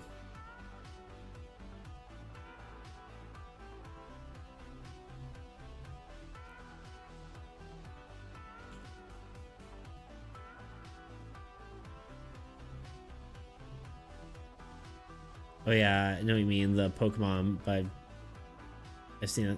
Oh, I don't know Pokemon, but I've seen a thing. Weird red shell, yellow limbs, yeah. The baby is meaningless. It serves zero purpose. Maybe that's what it thinks about you. You ever think of that? Maybe it thinks you serve zero purpose. How does that make you feel, huh?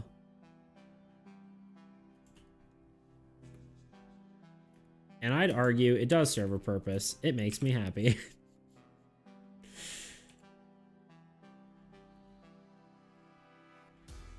And if I'm not happy, what are we doing here, you know?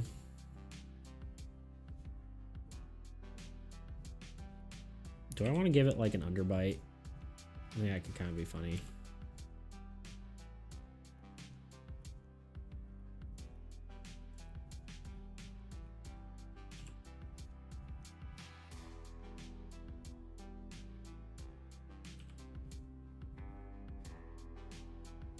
He looks merp.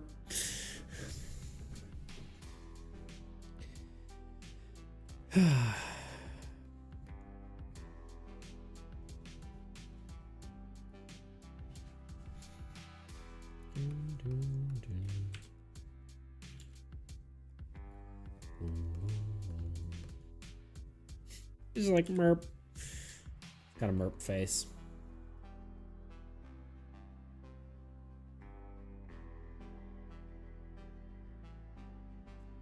A question though, what the hell does a giant eat to be able to move fast enough to attack? That's a really good question. Monsters? Maybe.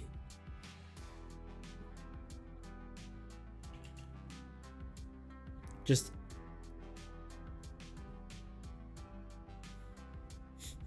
large enough to support an entire army camp or embassy on top of it, apparently. Yeah.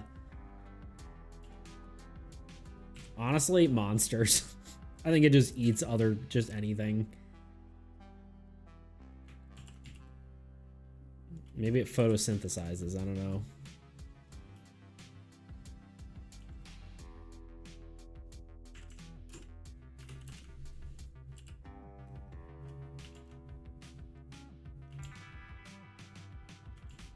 Huh?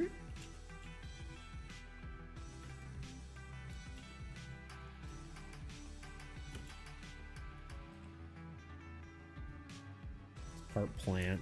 Just anything. Dirt. Maybe it just can eat dirt and survive.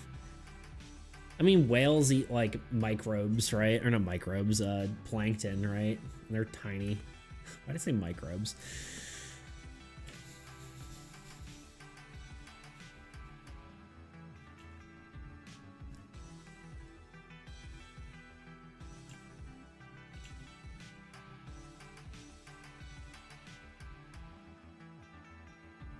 Neither dirt nor photosynthesis make any sense. Yeah, I'm not here to make sense, as you've now can understand. I know dirt doesn't make sense, but I don't know. What do dunes and sandworms and dune eat? Besides people every now and then. You know there are not enough people on that planet for them to survive.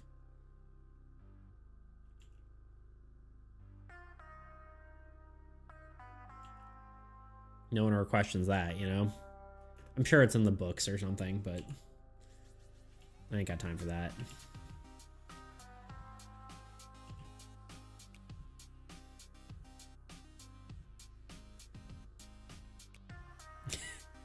Whales don't carry their entire body on land, moving fast enough to hunt monsters at the same time they're carrying an entire embassy. I don't know, maybe they use magic, you know?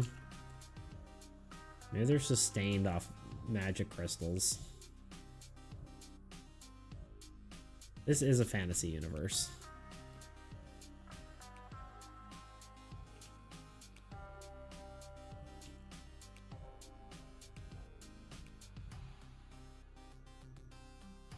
What are the bones even made of? Adamantium? Maximus, you're losing it.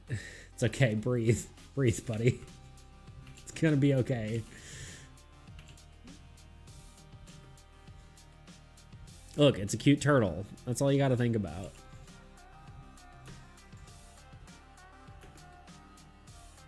A cute giant turtle.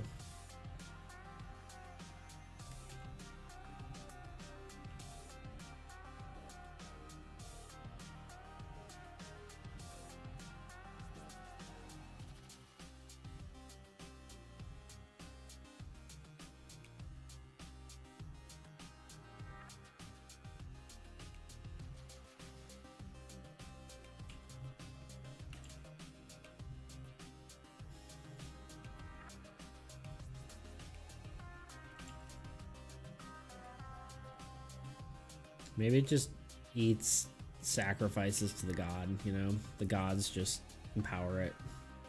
People just sacrifice stuff to them. I don't know why I said that. That was just a random, not even a real idea. I was just saying things to fill dead air. Don't mind me.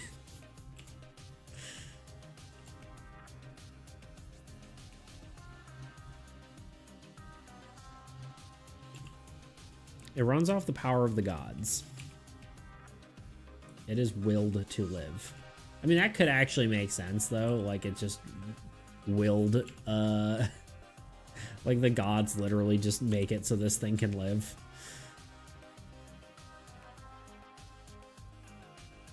Just like the baby is filling dead space. I suppose. I don't know why you're so against the baby. Okay, then which god? Harvest? War? I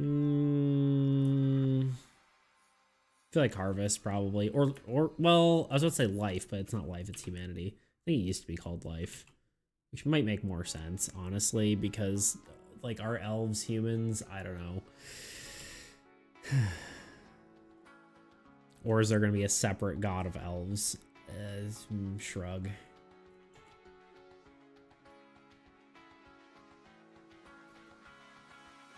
Again, I never said the lore in this thing made any sense, but...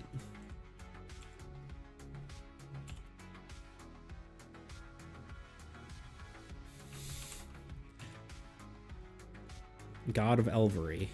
Elvity.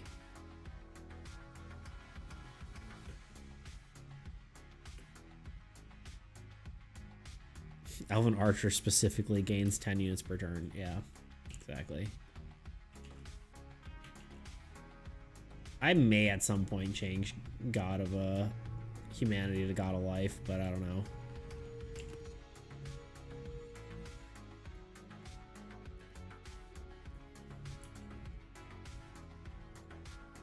I think that's good enough. Let's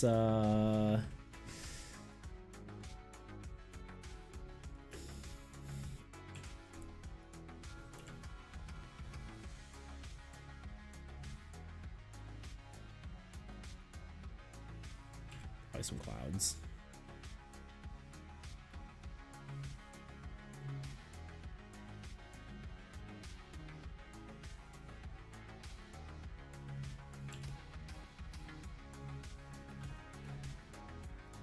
All right, I'm gonna hit the bathroom real quick, and then we'll keep drawing.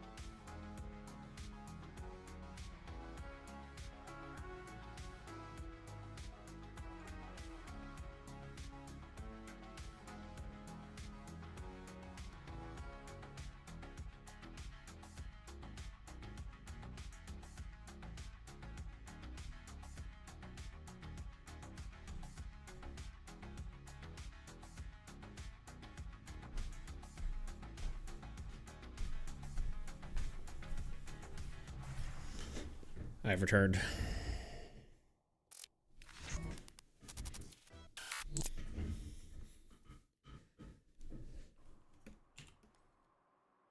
Okay. Now we have all our sketch layers.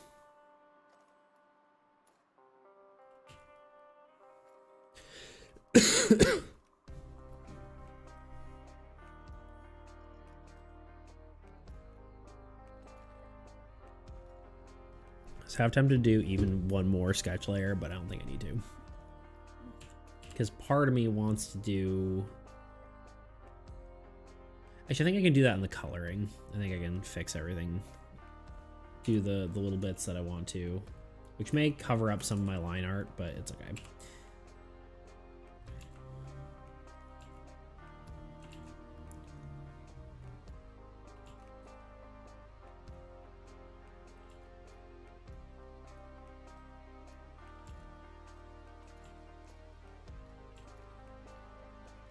But yeah, long story short, I don't know how this turtle survives, alright? It's magic or something. Maybe it's like smart enough to use its own magic, you know? And it can sustain itself through magic.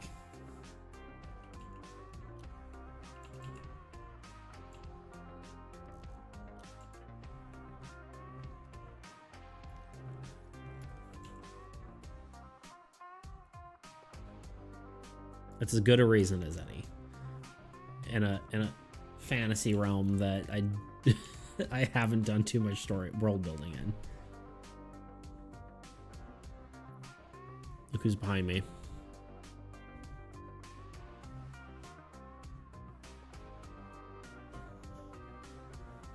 It's a Luna. A lunatic.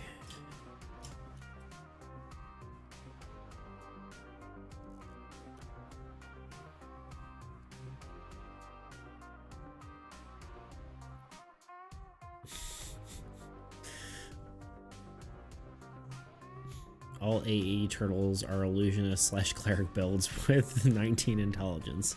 Luna! True. Can we get a better angle on her? Let's see. Luna Cam. She's kind of far away. But why not? Why not just clutter our space more visually?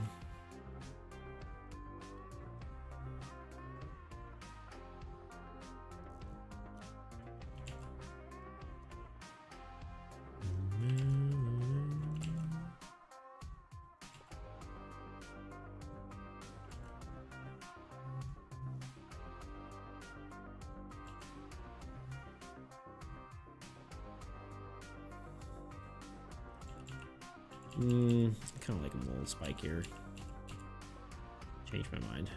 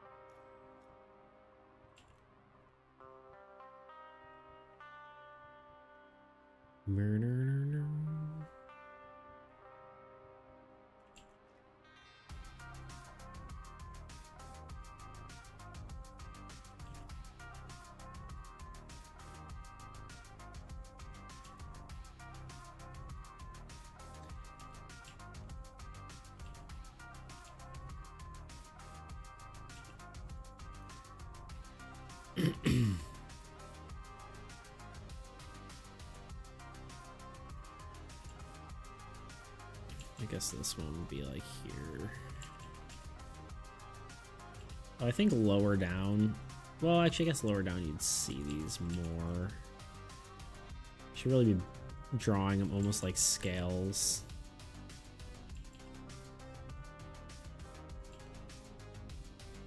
So they overlay each other.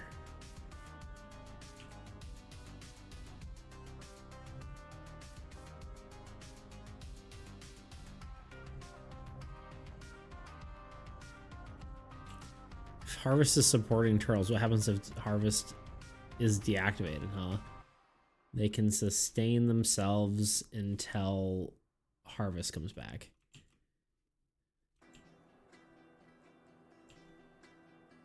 Honestly, I kind of almost like the idea that they can just sustain themselves through magic more than anything, because I mean, you think about a dragon, right? You don't really question how a dragon can live. Yeah, it might eat some people and like burn a village and eat some like sheep. But is that really enough to freaking sustain a dragon?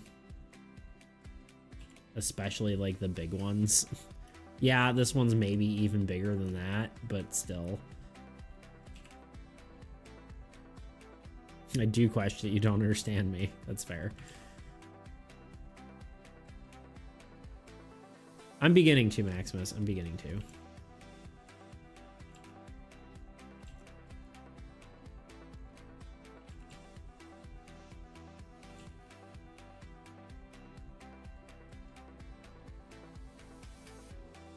And I think the answer is you just need to let it go. It's gonna be okay, you know?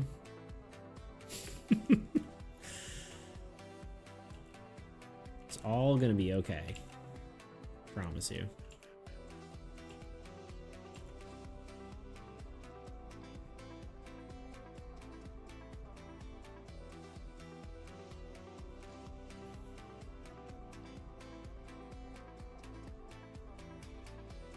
Hate fire-breathing dragons because why would they breathe fire? That's 100% not worth energy cost. I get it that they prey. They had prey that could only be stopped by fire, or maybe they had predators that fought them, or the fire was used some mating ritual or something, but no, it's just, it looked cool, so it burns adventurers. Maybe they just like the taste of cooked creatures, you know?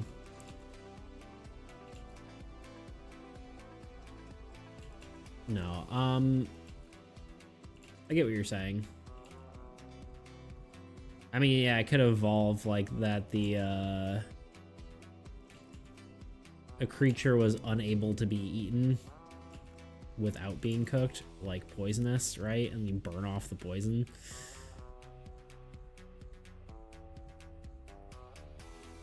Wouldn't it be easier to make fire like how humans did it?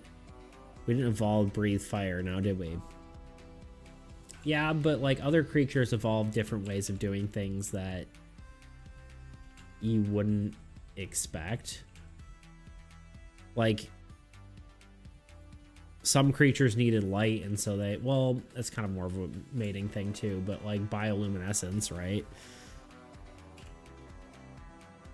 That's more of finding a mate, I guess. But still, you needed to be visible, right? Instead of, you know, a firefly harvesting fire, it just decides to glow, you know? It's not really a logical or an easy way to, I mean, obviously it's not like it just decided to do it, right? But,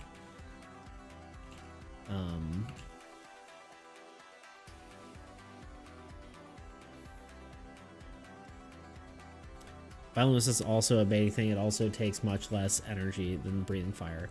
But you're also not accounting for like the magical component that's already like a non-logical thing, right? Because if you just have magic, right, it's, you can break reality just to like do something at your whim, right?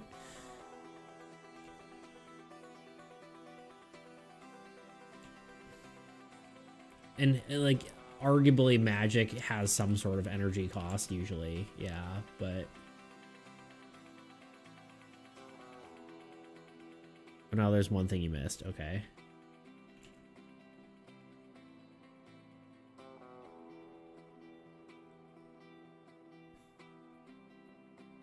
When I do magic, I do like radiation before it was discovered. Yeah, I mean, that's true. I do like a magic system that has some sort of science to it, right? Like it has costs and it has whatever, but It depends on what your universe you're talking about, right? Because magic, like, generally is you're harnessing energy from a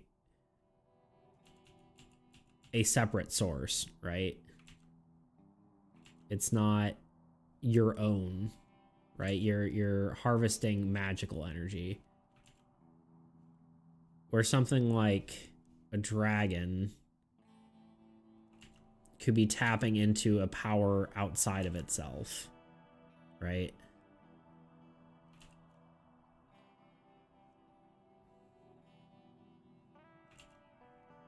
I don't disagree with you, don't get me wrong. If this were all like, if I were starting with world building in this and I thought that the story really mattered, I would probably make it a lot more cohesive and like everything mattered. But for this project, I don't think it's required, you know? I don't think it's as necessary to build a super fleshed out world. Granted, yeah, I could have stories with it, and I do like storytelling. And I think that, like, I like the story elements to an extent in this, but I think a storytelling thing should be built. Like a story game should be built with a narrative perspective in mind, rather than the story being an afterthought like this is.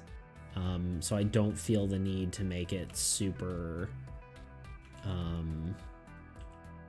involved, right?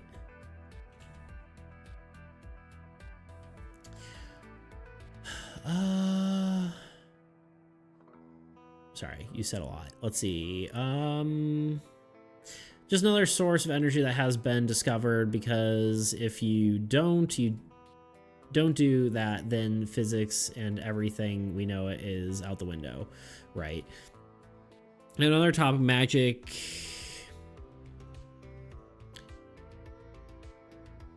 On the topic of magic making sense, people underestimate how easy it is to mess up the physics of what you're doing by doing my favorite example being shapeshifting. In most fiction, shapeshifters can destroy mass using magic, which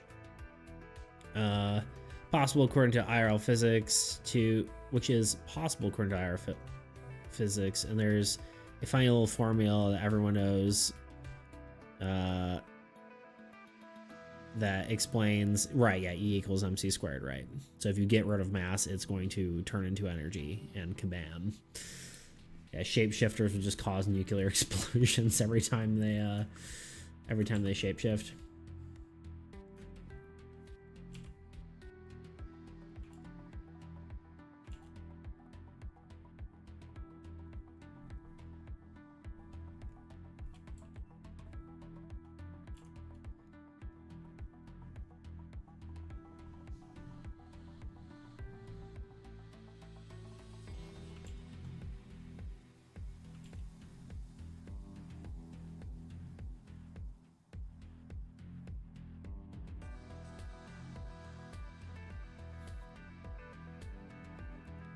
Yeah, 1 kilogram of mass you need is yeah, 100 million joules of energy. Yeah, what a nerd. I'm just kidding.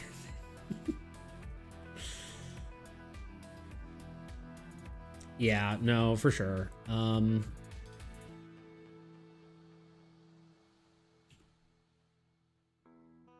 This doesn't look like a creature anymore.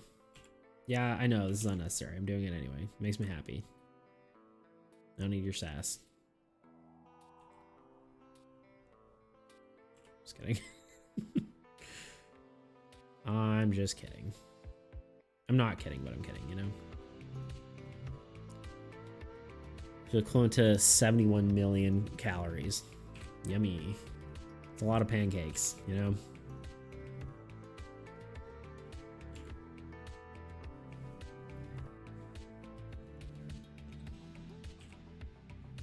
Like drawing in like a pixel art like size here. There we go. Look at this guy. Look at this dude. Okay, this is the turtle. The turtle layer. Yeah, no, I think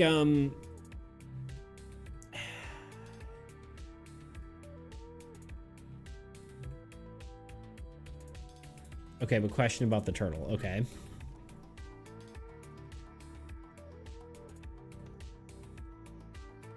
Wouldn't he be carrying the baby on its back? I don't know. Maybe the baby just feels like swimming around.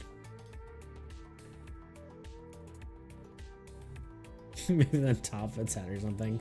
That would be kind of cute to have one like there.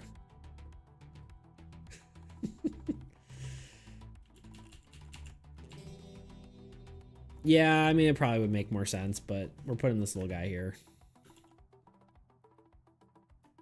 Maybe they're taking a break, you know? It's just swimming around. Maybe they're not going anywhere, you know?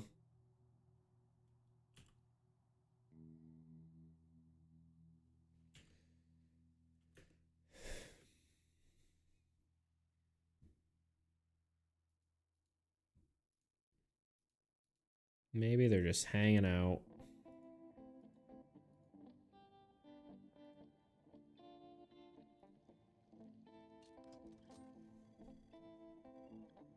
Okay, the goal here is this is going to be the water. It's going to be interesting.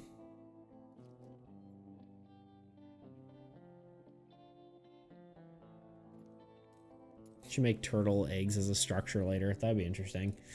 I could see that.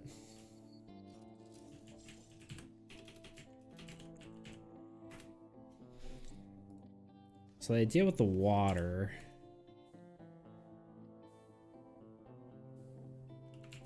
I'm trying to think how I want to draw it. I guess that's it.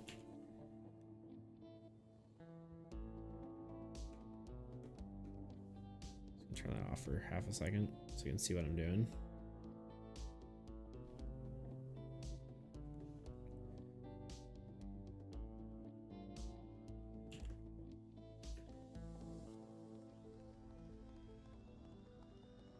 Like when it hatches after X turns, you get to play the turtle with Y free units on it for free and some sort of other bonus maybe too. That'd be kind of cool.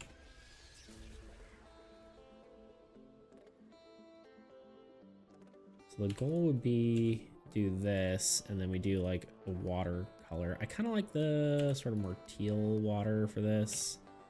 And then we can do it like a multiply layer. We'll mess with color later, but oh wait, hold on.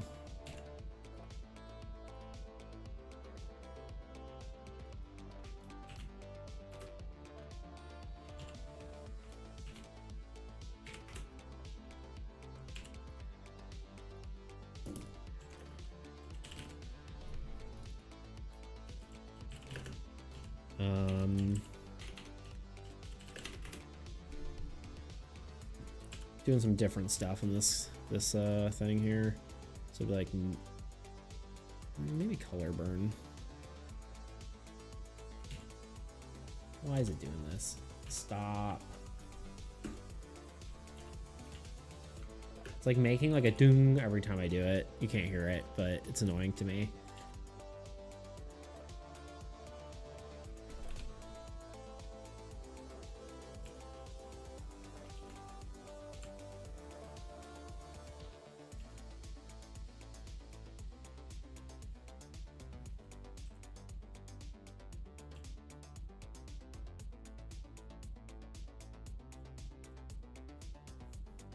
Yeah,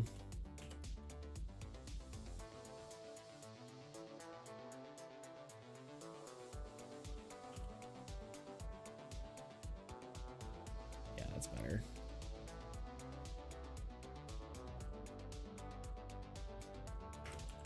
Kind of don't like this part of the line being so high.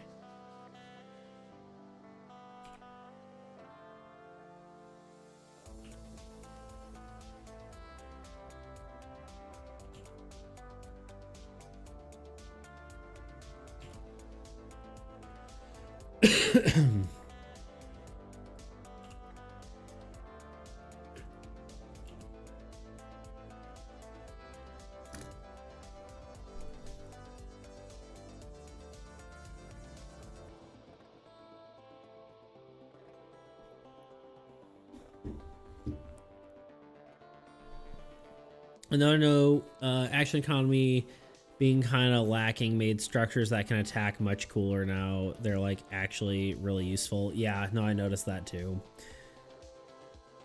Because I mean, yeah, they're basically heroes, you know, at that point. I've always utilized structures that can attack, though. Well, not all. Well, most of the time, you know. Trees. Really having, speaking of utilization, really having to utilize what's it called? Layers here.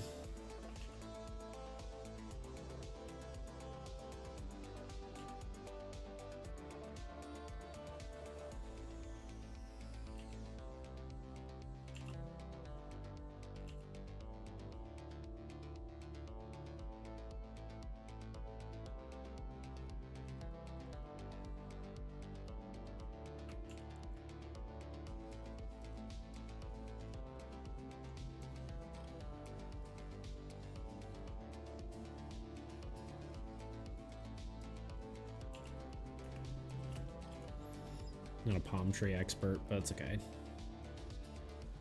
They're far away.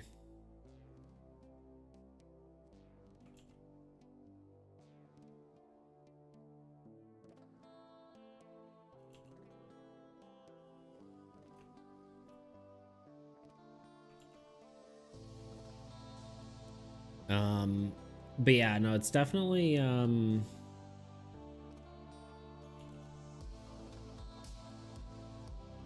yeah, it's kind of interesting how the balance of the game changes as everything changes. It's both cool and stressful.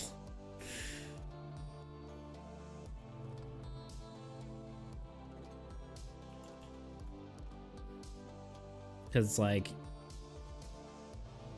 everything impacts each other like so much.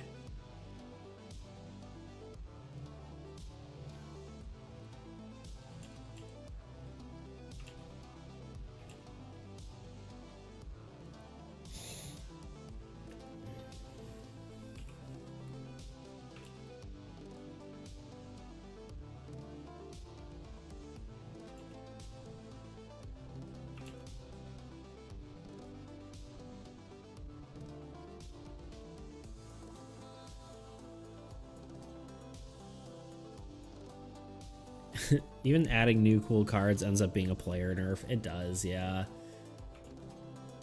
Well, it's a nerf because they're not like balanced around each other, you know? I think the beta cards really shouldn't be played with right now, unless we add deck building. Because there's no way to figure out what you need. It's not like...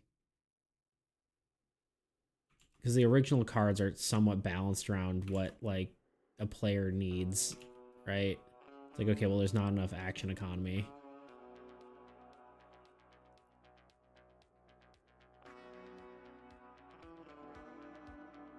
Funniest part about that to me is, while struggling with action economy, a hero without an attack icon got added. Yeah. Well, again, the beta cards aren't really meant to be played with in the new version, right? They were never supposed to come out with the new update. In fact, they're not going to.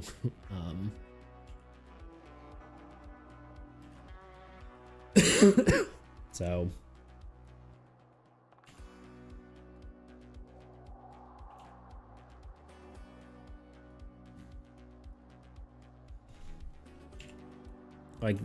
like unless I, well, no, I think they're gonna stay in beta for a bit, honestly.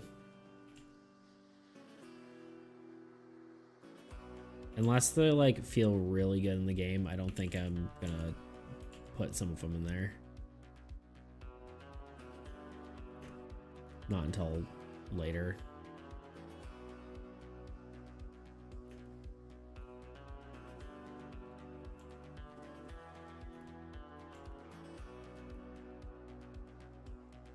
But priest, I beg you. Yeah, maybe. Priest, embassy, graveyard. They all seem pretty good. And again, if we end up doing... These even look like clouds. I think they will with... Yeah. I don't know about graveyard or embassy yet. Yeah, I mean, they need some tweaking.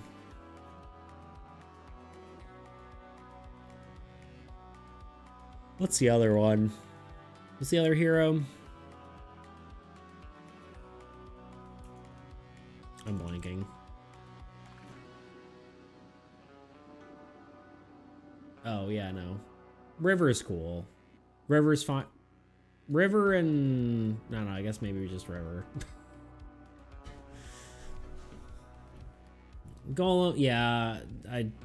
Golem's cool, but the fact that he can't attack is pretty rough. Currently. River and Priest are alright. Yeah. Well, we say Priest is alright, but I don't actually know yet, you know?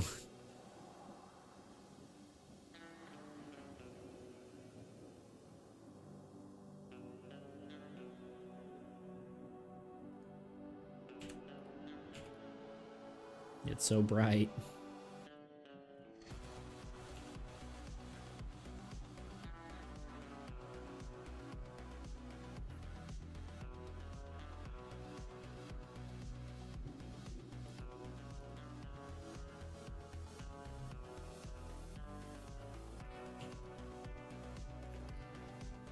We'll make it work here. You should honestly let the Golem be played as any card type instead of just being a hero. Yeah, that's kind of was one of my thoughts too.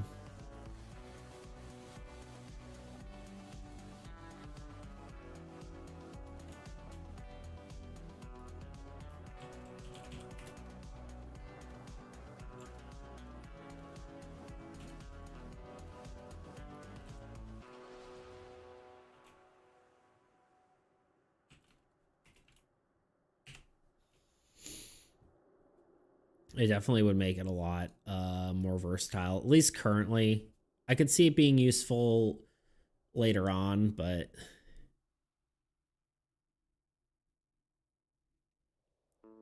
yeah, I had to figure out how to make it so that doesn't get too wordy, but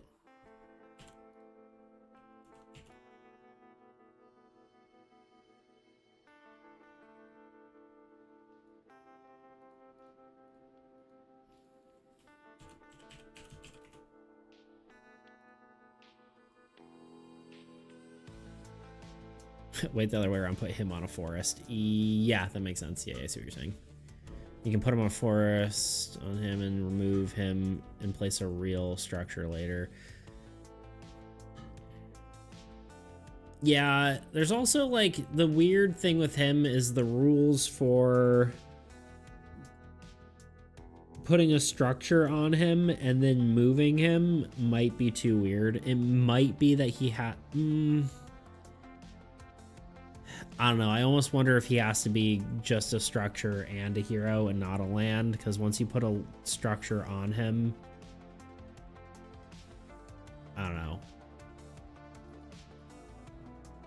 I think maybe inherently in the rules, it just needs to say if a structure is destroyed, or if a land is destroyed, the structure on it is destroyed.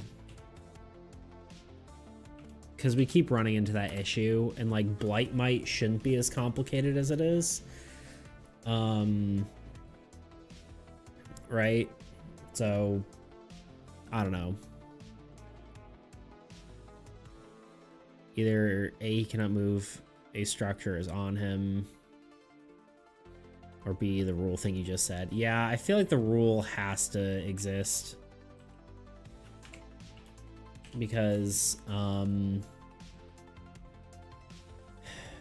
it's getting harder to add stuff that interact with lands directly.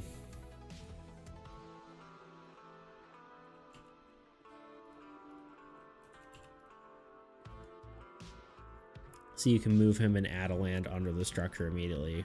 Really wordy, yeah.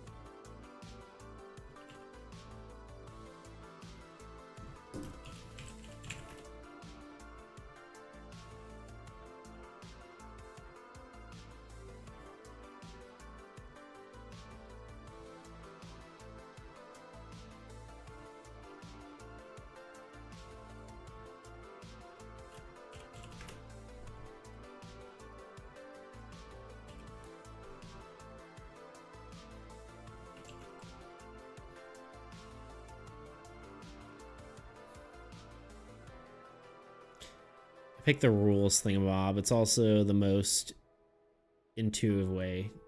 Yeah, I agree. I think it just needs to, yeah, it just needs to be introduced because it's too, it's getting too much. And it makes sense, right? Like it just, it's limiting game design a little bit.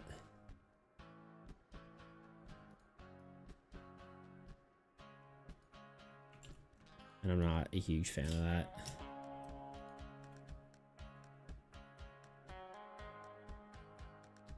I have the same stance as the Blightmite got added. We just realized.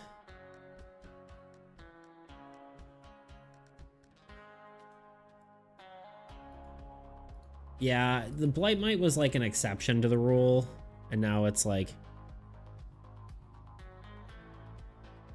you had to put that in now because what if the turtle attacks with one unit? Very true. Yeah. I concur.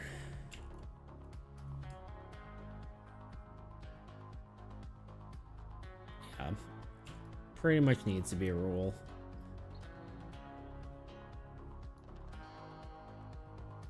Look at this guy. Look at this dude.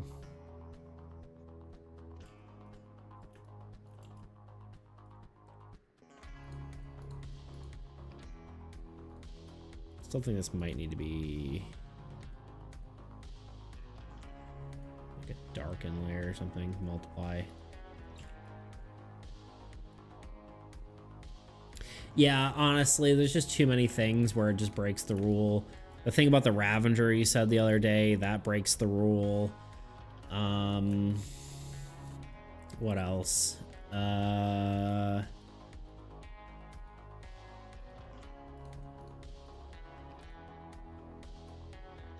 Desolation, like we had to write on there that it's you know, there's a lot of things we had to write the exception on there, and we could just remove it if it was there. But yeah, also note the Blightmite having been implemented in an unwanted way, in my opinion. But it gets fixed by the rule thing, so I won't even say it. What do you mean unwanted? Kind of want to know now. You did that thing where like, it's okay, I'm not going to tell you. And I'm like, well, no, come on. Tell me what. I'm not going to say it.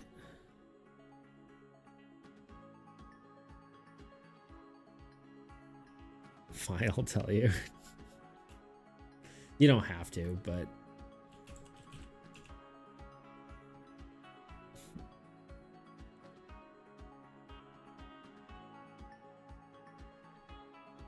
Say if you really want to hear it, but it gets fixed when the structural dies. Okay, yeah. Oh, wait, sorry, okay.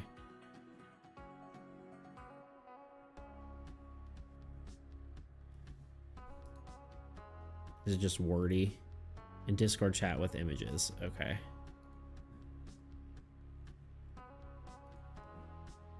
You're working on it. I'll let you cook.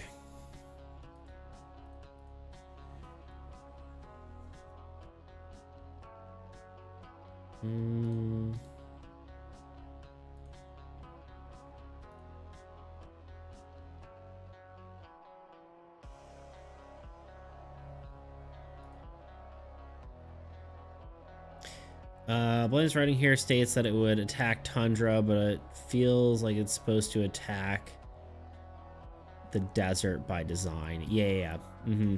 Yeah, I agree. Yeah. I agree. Look at that cat thing. I meant to just click on this. There we go. Yep. No, I've noticed that too. Happened to me in a real game. I assume Blightmite's card was right, but still. Yeah, I mean, that's technically how it's supposed to work. Yeah, it would attack the Tundra. Which... yeah, it's not, like, the best, really.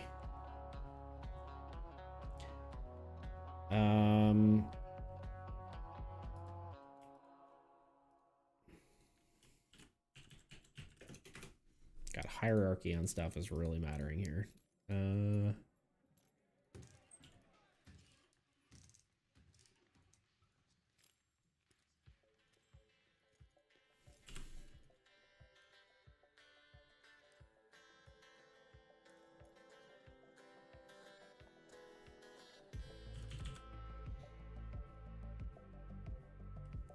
weird design thing cost me the Tundra Ravager copy of the Blightmite. Another Blightmite was right after too. Jeez. Yeah, I think it just makes sense for it to the rule just needs to be in place.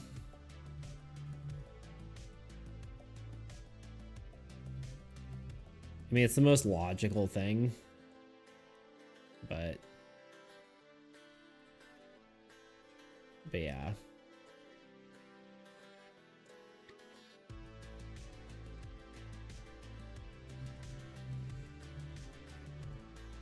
Let's make a note of that.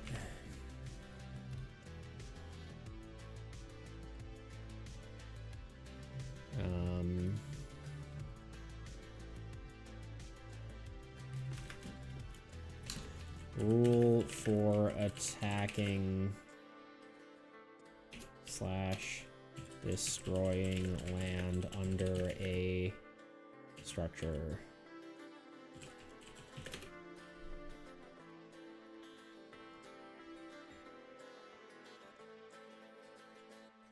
I think it's kind of brutal, but still, I mean, it may as well be the same.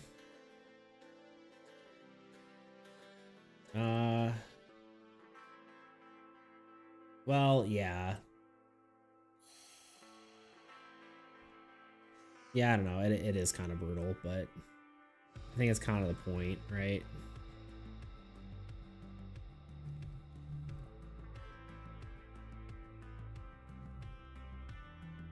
Yeah, I'll have to think that through, but I think it's probably the right play. Just to, I mean, it's definitely the right play to make the rule, but how all that works is like what the enemies can do with that ability kind of matters a lot.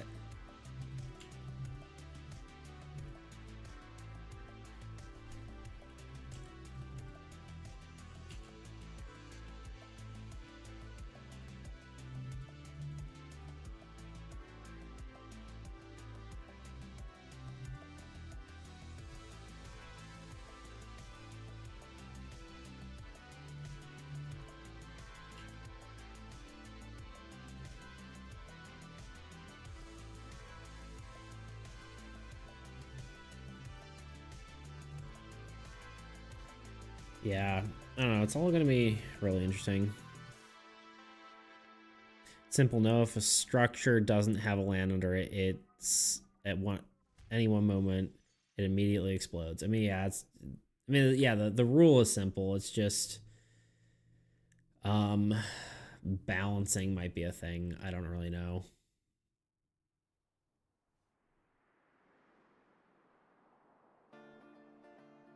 Not entirely sure. That's where like one of those things it might feel unfair to lose two things to a Blightmite, right? But I don't know. But we got a little spookier, yeah. I mean, it kind of like is supposed to feel that way too. Like it's supposed to attack I don't know, Blight Might should be spooky, right? All the monsters should be relatively balanced, despite being, like, different, you know? I don't know. Just something to keep an eye on, I guess.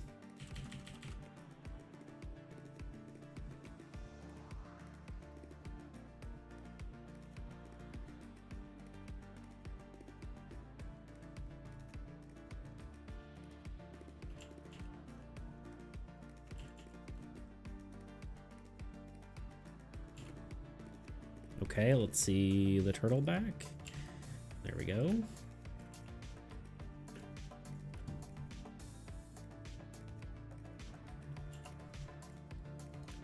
Okay, we'll give him a lighter turtle. Yeah, turtle green. Turtle green, you know?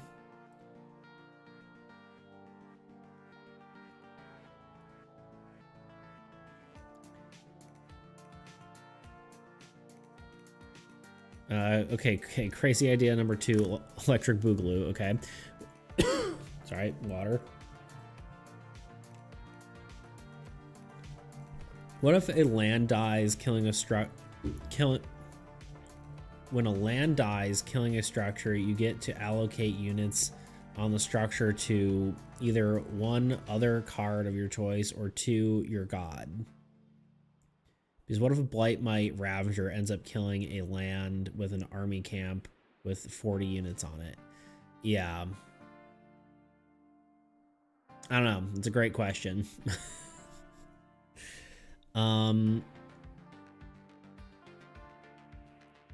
Yeah, maybe. I'd have to think about that one because it feels like that's like an exception. Like, you know me, I don't like adding. The more rules I add, the less happy I am about it. Like, most stuff should be on the card, so I don't take adding like a thing like that lightly, you know? Like, I don't even take the adding the attacking land lightly as a rule. Actually, disregard that idea. Okay. Yeah, I mean, like, I don't know. It's just kind of hard to say.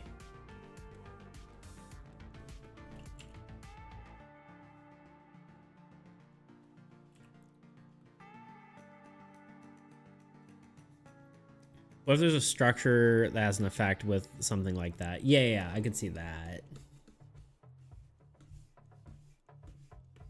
I do like that idea. It's kind of like a village, but if a village was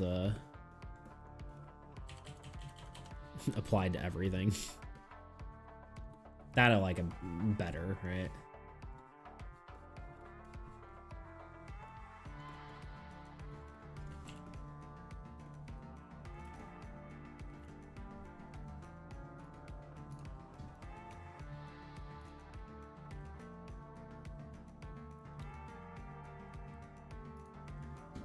I need some references here.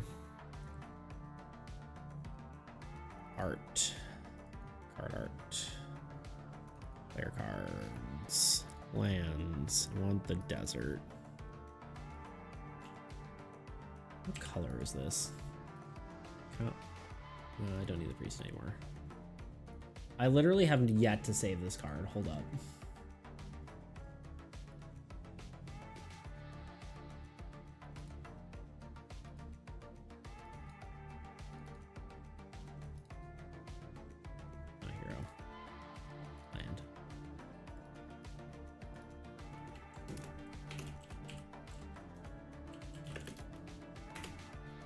Sorry, had to focus there for a second. Didn't want everything to just die.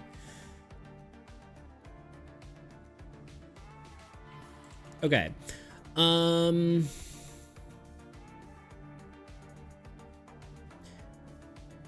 What structure with the unified? Like right when the card is about to die, said structure saps all the units from other cards, but only right before the attack about to kill the card. Yeah, I think that's a cool idea. I like that idea. I think that could be fun. I want this color. I think I want this to be the background color.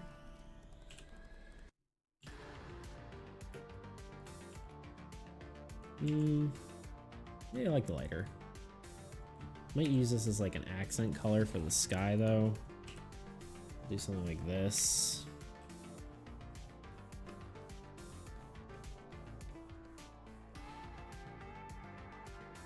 And then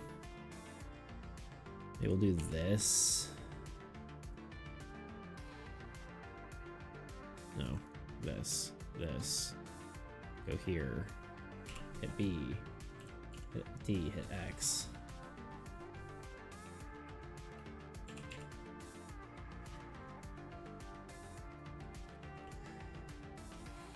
Yeah, but I think that would be a cool idea. That's kind of like the idea of like the bog a little bit. Like it can reallocate units to different areas. Like that could be like at the bog secondary, not the bog, sorry. The witch's hut secondary effect maybe. Because like the idea that the witch's hut can reallocate units from something when it when a triggered effect gains units, it can allocate them anywhere instantly. So the idea would be like you have a swamp, something dies, you can allocate that unit from the swamp to like your heroes or something. And I think that's a cool idea. So you could do that. So maybe the witch's hut, because most structures have 2 effects, right? Because they're harder to place. So maybe that could be its secondary effect.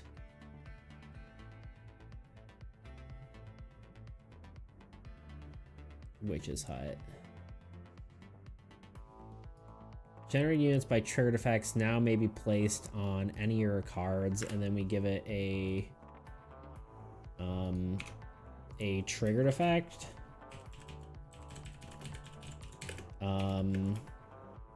Destroyed ally player destroyed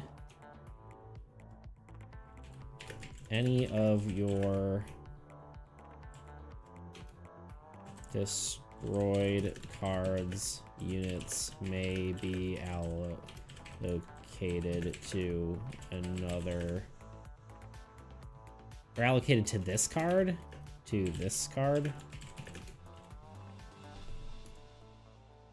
something like that.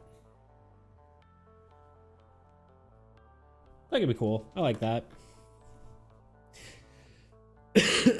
We also need to think of a secondary effect for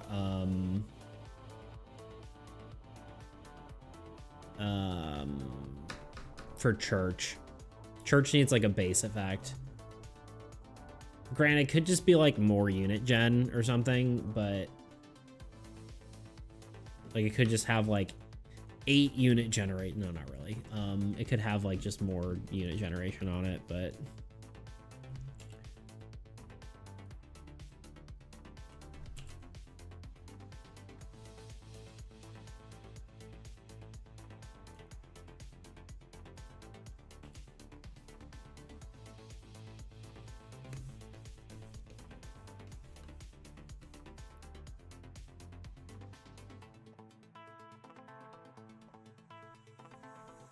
I feel like this has to be normal. And then maybe this whole thing is multiply. I don't know if that helps or not, but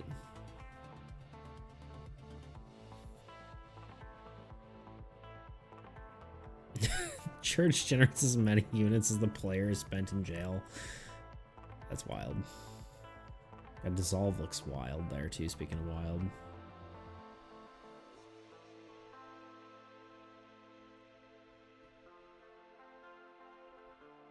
Yeah, multiply is best. Multiply is the best best layer style. Fight me, you know?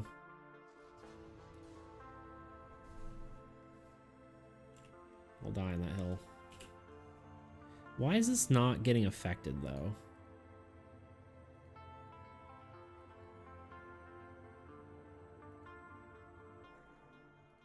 I guess it is. It's just... Can we do something like this? Yeah, it works. A bit.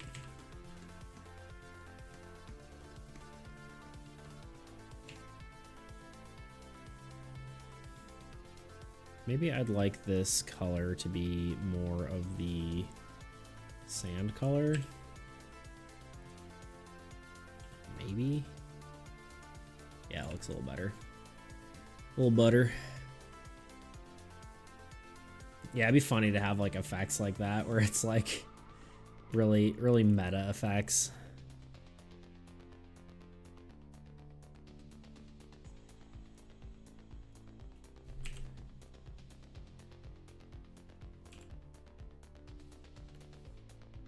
It's not for this game, but it would be fun to do that for a game, you know?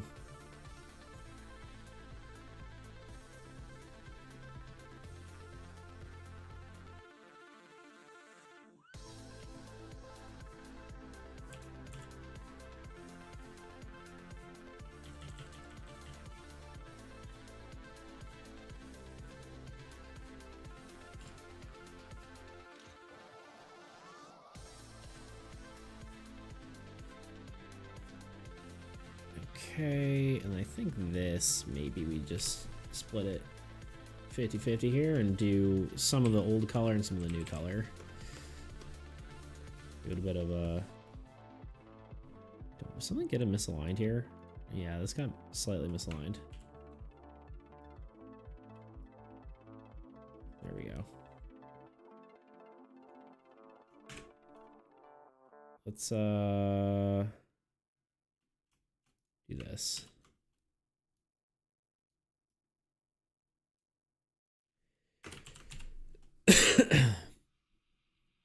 Yeah, I feel like Church could do... It's kind of hard to say because like it feels like it should work with what its effect is, right? Like it feels like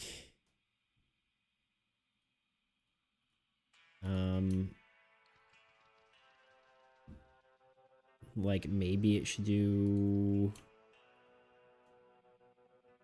something along the lines of like empowering the gods in some way, but I don't know exactly how that would work. Hello?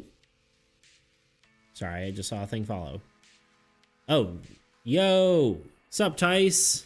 Hello, everyone. I was like, I heard a whoop, whoop, whoop. There it is. We're being raided. Everyone ducking cover. Yo, what's up, everyone? How y'all doing today? We're drawing a turtle. I've been raided.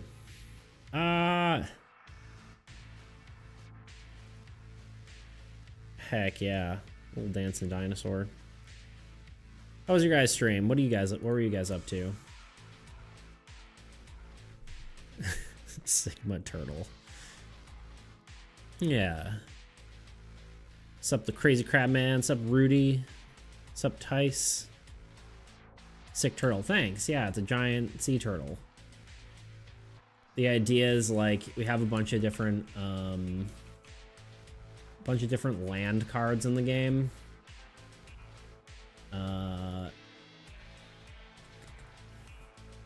There's a bunch of different land cards, and the idea is the turtle card is a land that can attack like a hero can. So, kind of fun little thing there. That's awesome. Fire, if you will. Wait, oh, sorry, I missed one. Lollygagging. That's part tomfoolery, if you will. Gotcha. Had an interior design stream. Oh, for your room. That's fun. Yeah, that's coming along nicely. Yeah, I am making a cooperative deck builder. It's not a video game, just a physical card game. Eventually, the goal would be to make it, you know, a card game, or a physical, wow, I can't words, a digital game. But that will be at some point. Who knows when that's gonna be? But yeah, just doing some drawing here. A main turtle in AAE, actually. I shall pray. There you go. Yeah, so at some point it will be. Right now you can play it. why not? I'll plug myself. It's Discord. Hold on. Did I spell it wrong? No. You can go on my Discord. I do have a tabletop simulator version. I'll just show it off real quick. And there's also a what's it called? A screentop.gg version, which is free, so you don't even have to pay for it or anything. But there is a version here, so you can actually, you know, simulate the card game, draw cards, etc. You know. But yeah, if you're curious at all, it's there. Yeah, if you have any questions, it's, yeah, so the nice part is it's cooperative. You can play by yourself if you don't have any friends, you know? Tabletopism version is free. Oh, the screen top. But is it called Tabletopism? Wait. What do you, oh, Tabletop Sim. I was reading it as one where I'm like, Tabletopism? Tabletop Simulator is also free, but the game itself is playing it now. There you go. Well, thank you for joining.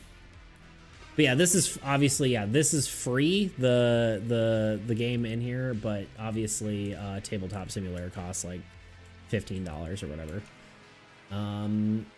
But yeah, you can play it by yourself, which is nice, but technically it's a cooperative game. A lot of unit allocation and stuff like that. There's a nice rulebook I made. Looks nice and fancy. There's a lot of changes going on to it. I keep working it, but yeah. Is there a 36-player co-op mode that I can play with all 36 of my friends? Technically, it is expandable. If you actually wanted to play it with more people, you can just include additional... Like, each player has their own god card, and then you just go against multiple of the old god. Usually it's, you know, an additional old god for every 2 players. So in theory, yes, you could play with an infinite number of players. It would probably not be fun. There's a 33-player version developing right now. Unlucky. 3 players short, too. But yeah, technically is expandable. It is not balanced around that, but it can work, so. But yeah, it's coming along. We're adding some cards to like the beta version. I've gotta make money somehow, so right now I've got a Patreon with a few additional cards. Just kind of working on those. Those are going to go in the beta for now, and then maybe eventually be pushed to the main game.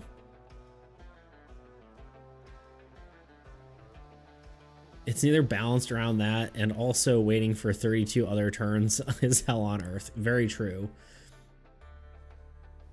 I'll have to handpick who to exclude. Love it. Someone's not making the cut, you know?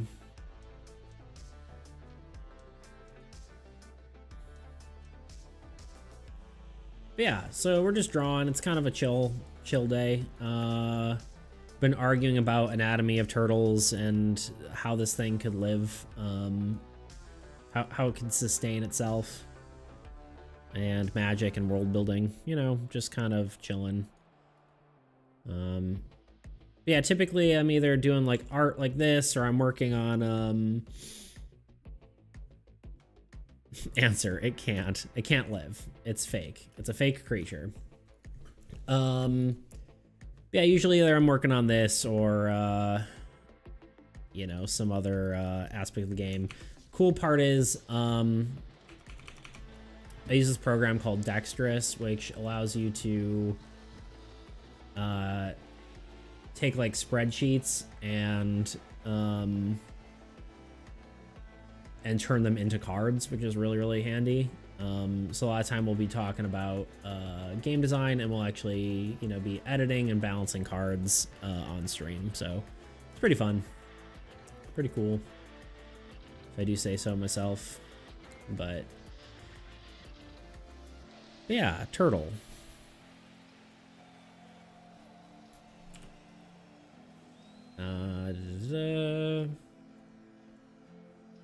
How does one turtle? Let's see. I think he kind of needs some like some sand on him, right? The top part of him needs to be more sandy. So we will add that on top.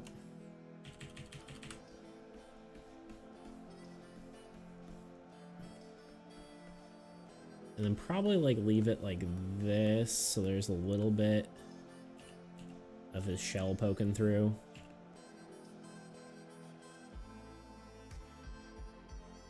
Maybe that's a little too far, but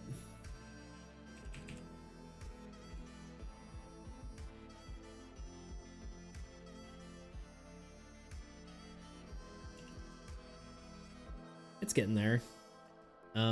The other thought was that maybe some of these, some of this should be slightly obscured, like some of his,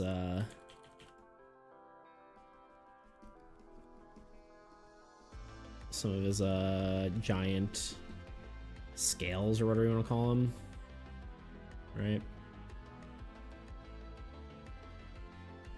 Slightly obscured. So let's paint that kind of on there.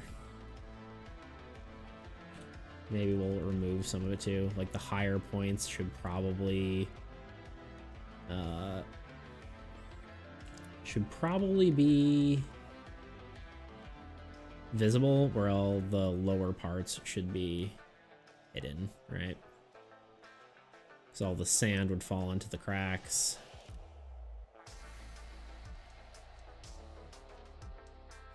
And whatnot and what have you. Oh, not bad. Probably also have to add shading. That usually does a lot for it. So let's add like... We'll use a multiply layer, use blue. Multiply layer is probably the greatest layer style to be invented. I'll fight you for that if you disagree. No, I'm just kidding. It's probably my most used one. That one and what's the other one? Soft light, usually. It's pretty nice.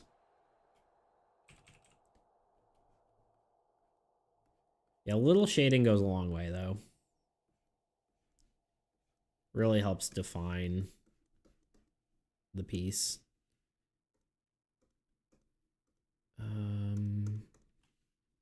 It's a little discrepancy there. There we go.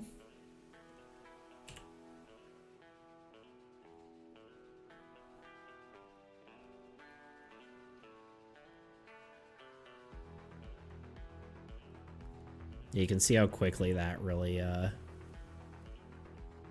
really changes things, right?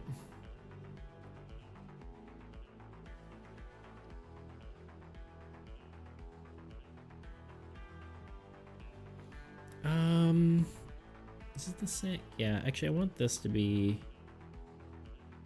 Actually no, we'll just do a separate layer for it. For the shadows on top.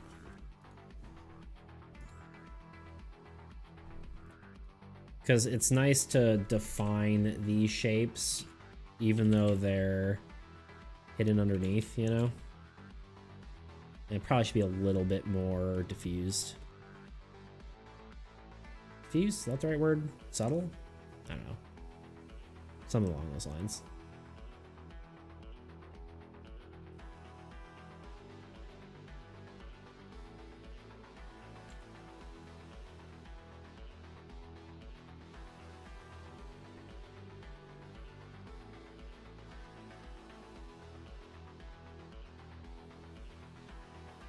Yeah.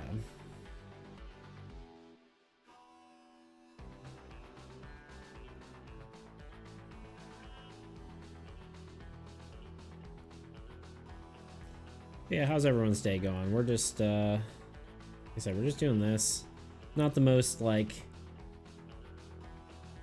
enthralling content ever, but it is one more chill streams, you know?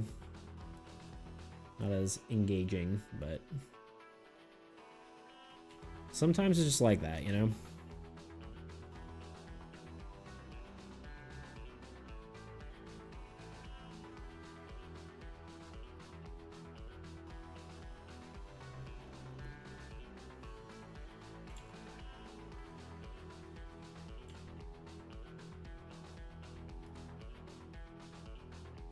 All right, let me just turn this down a bit.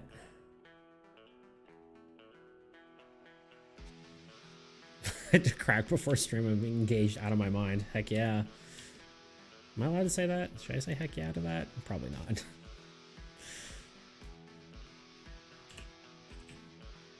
Don't do drugs, kids.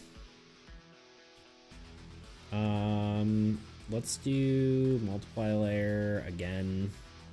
Who would have thought? Who would have thunk it? A more generic overlay of shadow there, and then again, what I like to do is a soft light layer, usually a yellow kind of color. For some reason, my B key is broken. Okay, we're fine.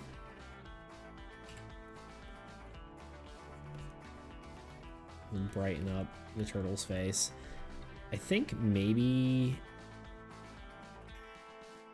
let's erase some of this too, because we want its face to be kind of noticeable. That's getting there. That's almost probably done. Clouds need some details.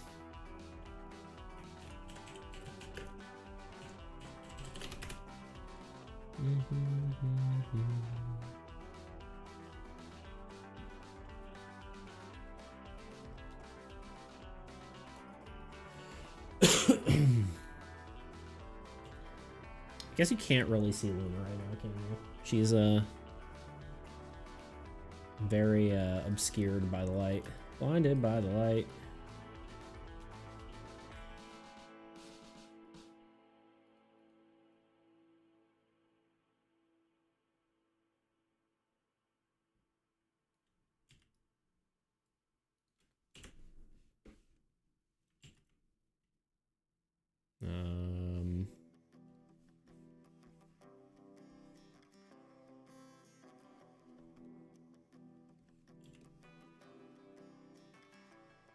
I feel like it's missing something, and I'm not entirely certain what that is, but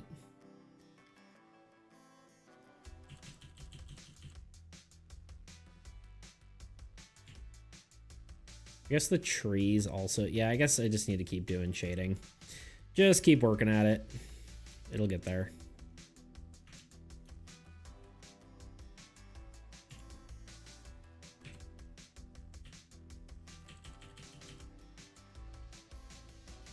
Heck yeah, crack. Let's do crack. Don't do drugs. Yes, do not do crack. I guess that's the problem, is the trees probably need to be on the turtle layer here. Yeah. In which case, we just need to do this. Erase the shadow layer. Sometimes it's a cool way to do it, where you just do you do the shadows and then you erase them rather than what's called, rather than the other way around, I guess, right? Rather than adding light, you just erase the shadow. And I guess the trees need shadows themselves, right? Like to on top of the turtle. We can use this layer.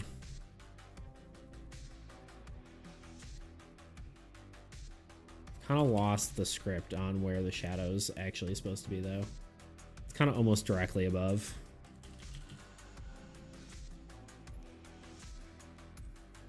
Actually, it'd probably be this way. Just a smidge.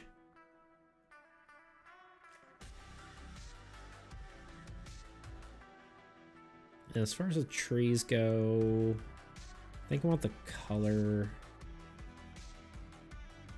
with this, and then I want to just draw a little bit of a wrong layer. Gotta love drawing on the wrong layer. There we go. A little more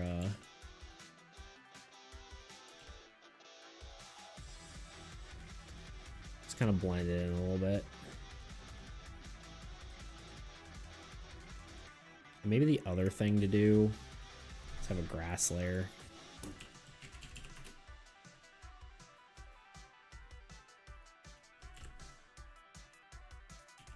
It's way too big.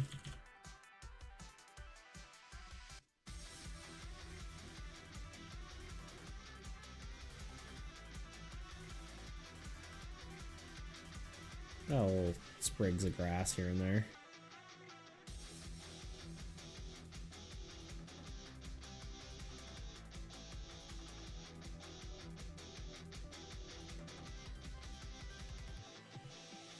Make it look more livable.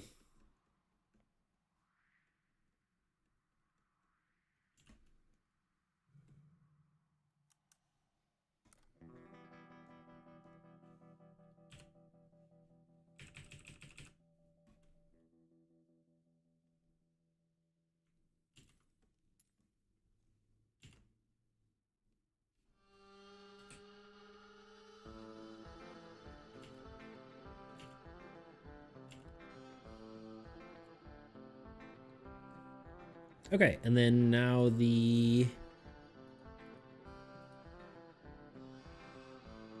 clouds.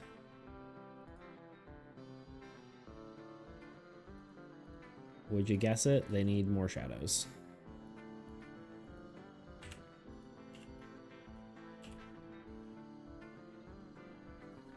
Shadows on everything.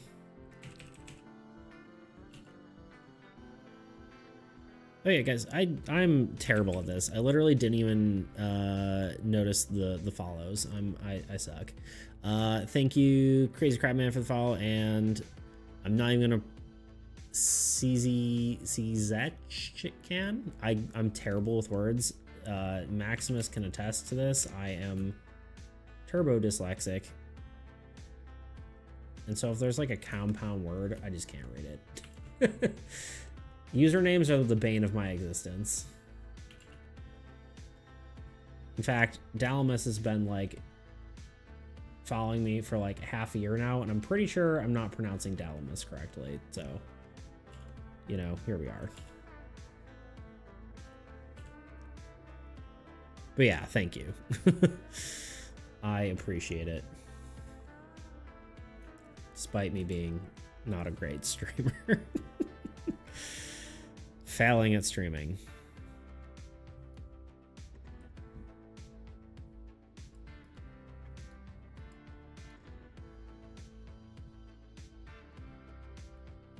You're pretty okay with my name. No one reads it correctly. Including you, but meh, close enough. Fair enough.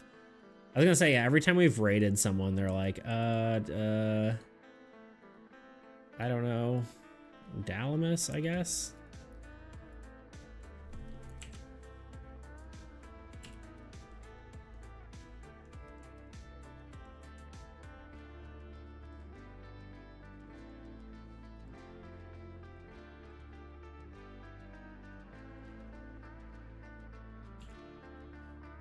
I don't know. What do we think of the turtle? Does it need something? I feel like it's missing something, and I don't know what that something is. People get confused, true.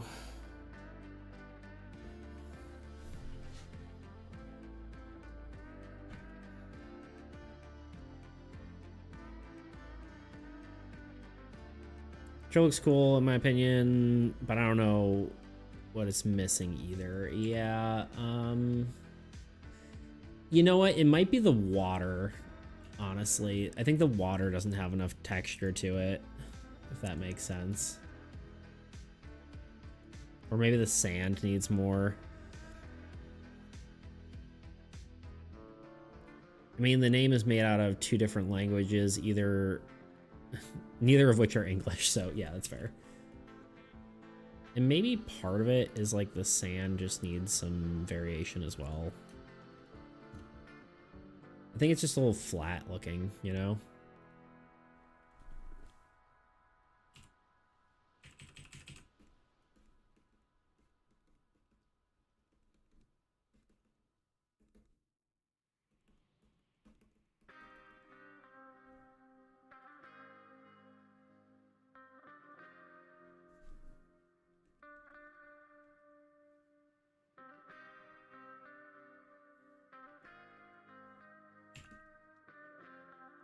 That's a little better.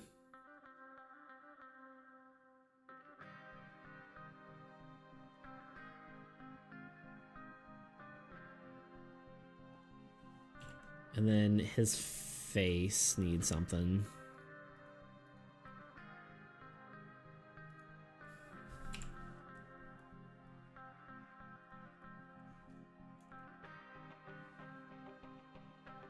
Maybe the turtle just needs some color variation.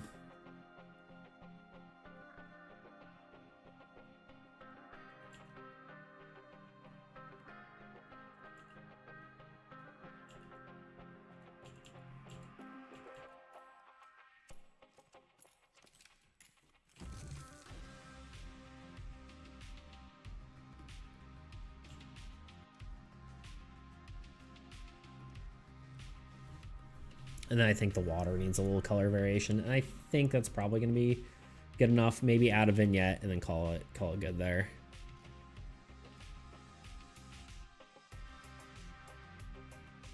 God,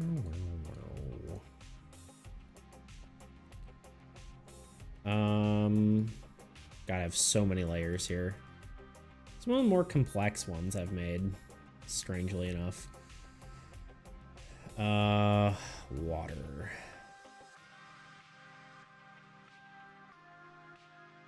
Well, actually, maybe partly the background. I almost think if I do something darker here, like in the...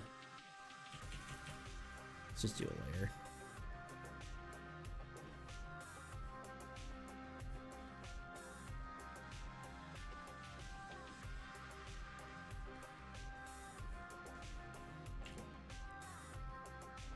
It's definitely better. I think it might be a little too much, but...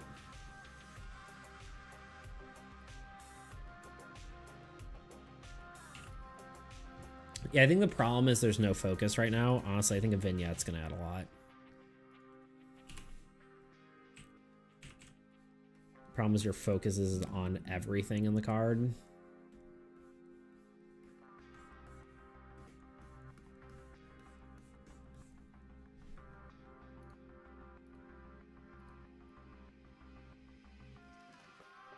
The sky might be too much.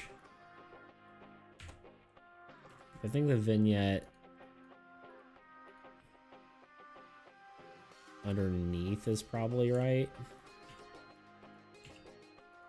That really did a lot. I feel like. Yeah.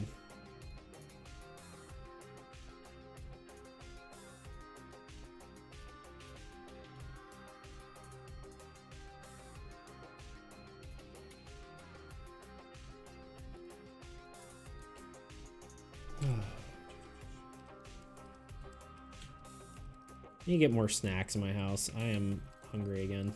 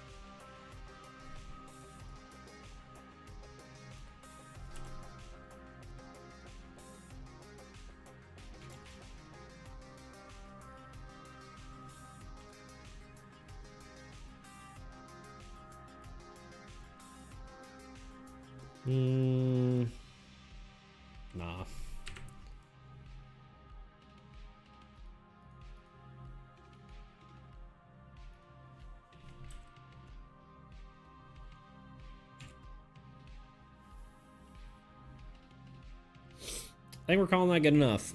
I think it looks good.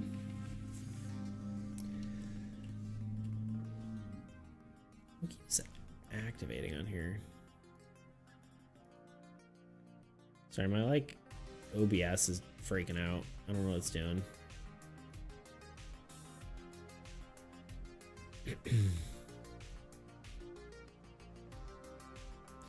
Best viewers.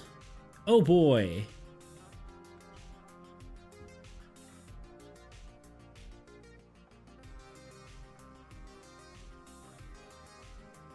Now we just need to take the joy of banning this person. First we report them. I know. We'll screw it, just ban them. Done. Gone. But don't delete the message here. Let's block user. Done.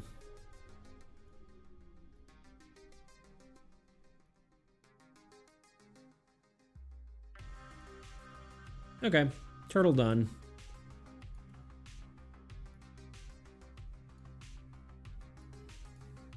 I know I say that, but I'm doing one more thing. Out of curiosity. To see if it makes it better. If we do more patches of like grass.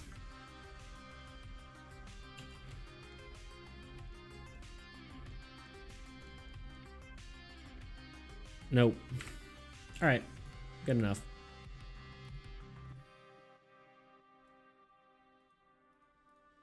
Okay, I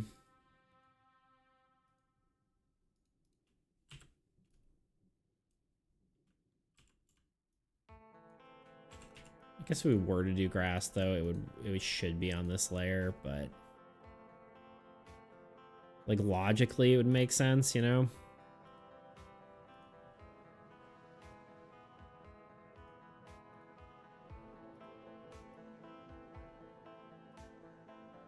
I keep lying to myself.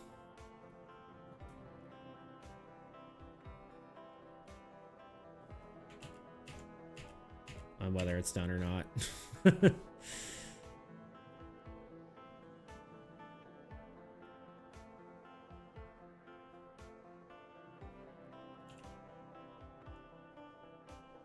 Actually, I think that might look better. It certainly makes more sense, right? There should be a livable area. All right, we're done. Stomach is gargling.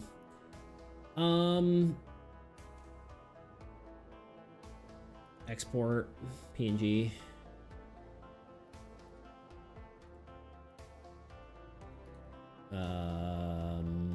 Art. Players. This is a land, technically. And save. I don't know if I'm going to fully implement this in, but I may as well finish off. So we'll add a insert row below. It's going to be a land. There are 3 copies of it. It is a... I think I'm just going to name it Giant Turtle, honestly. Do we have a better name for it? Or is it just Turtle? Giant Turtle. Just to show off what this looks like. Oh, you know what? I did this wrong. Gotta turn off the slot thing there. PNG.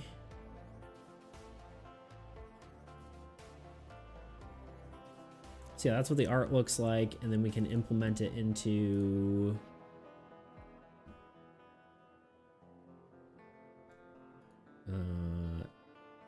Dexterous here.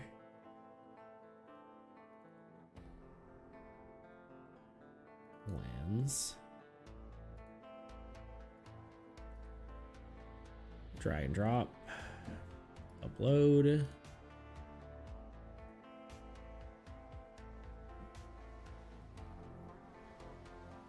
We can copy the file path. We can put that into our thing here.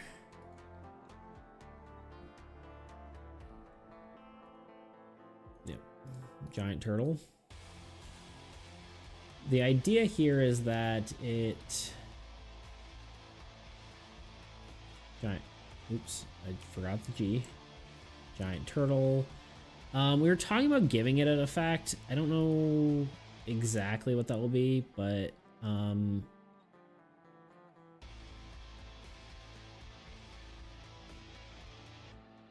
let's do this for now.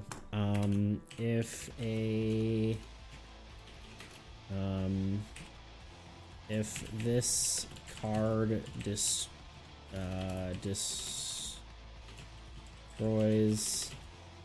a destroys a wasteland, gain 3 units. It's kind of like not great, but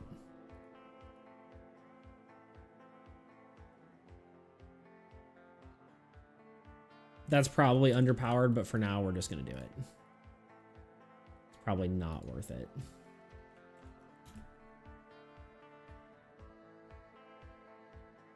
It's gonna have 1 unit gen and it can attack. This needs to be carried down.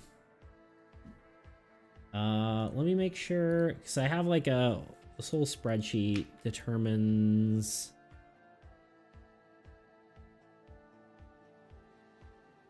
Oh. Ah, that's why it wasn't working before. Just need to do this. Boop. And then the turtle, it does have the icon, so we actually can just go into our beta project here. And then if we update the CSV, it doesn't have giant turtle in there. What happened?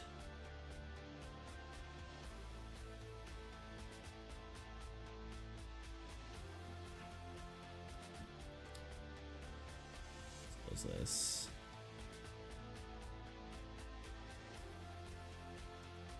Should be my keyword, UNT. Should have a period as well. And then, I don't understand why the art isn't showing up. Oh, it's because there's a space, isn't it? Might just be the space. Yep, look at that. There's our card. It's a card we made. Although triggered effect isn't showing up. Right. I think that's because sorry, this. All right, my cat is just not visible within the the sunbeam and the dynamic range of that camera, so we are not doing that.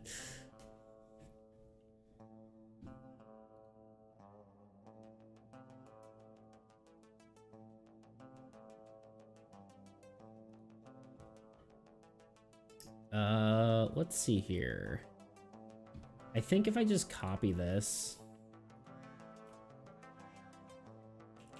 and then paste that into our beta cards.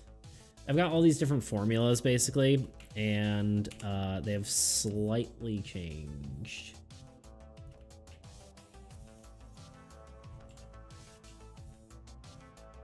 Ooh, I don't know if that's actually what fixes it or breaks it. I don't think so, actually. I think it is the effect index, maybe? Yeah, it's this. So if we go to here,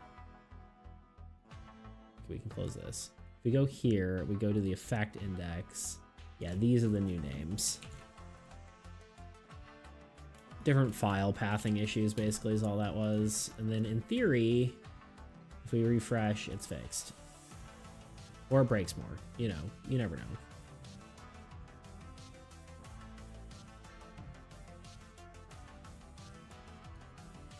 That might be a this might be a later thing to fix.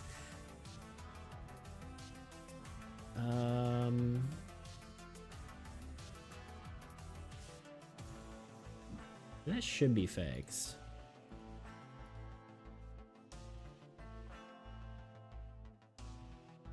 I don't know why like the turtle art broke.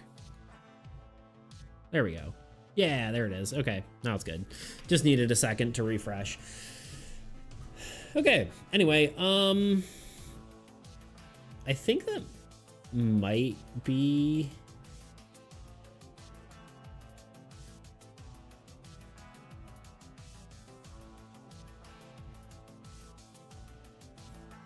I think that might be it.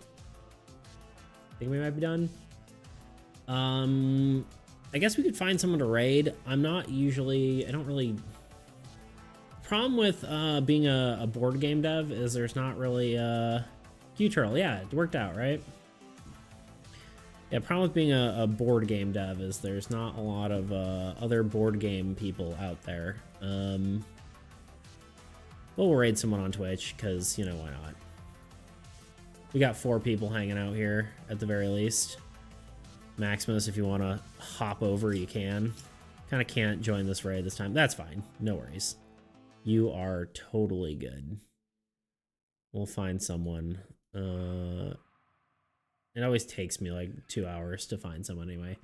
All right, we're just going to switch to full screen camera while I find someone. It'll take me a minute. If anyone has any suggestions, feel free to toss them out. Like I said, I don't know a ton of people. We'll do the quick search of TCG people. Although usually, again, those are going to be people who are playing trading card games, not making them, you know? Which is maybe fine, but would be kind of nice to find someone who's making one. If not, we're just gonna go either game devs or people who are doing like miniature painting or something.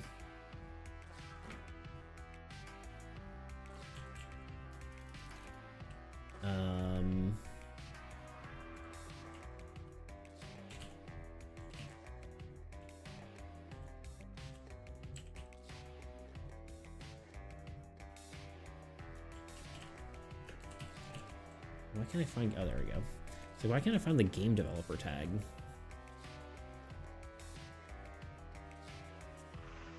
I just clicked on someone on accident. Hold on.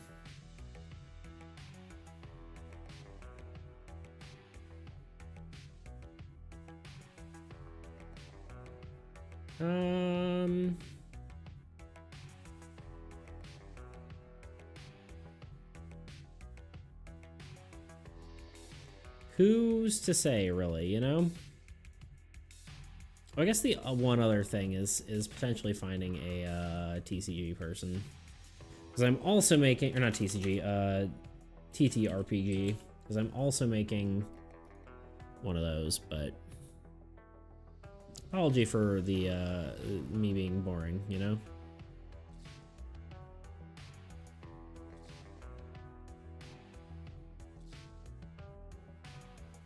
Yeah, most of these are just...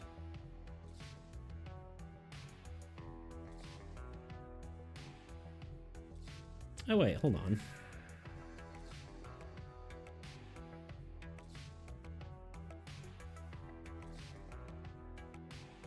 We might have a, we might have someone here, hold on.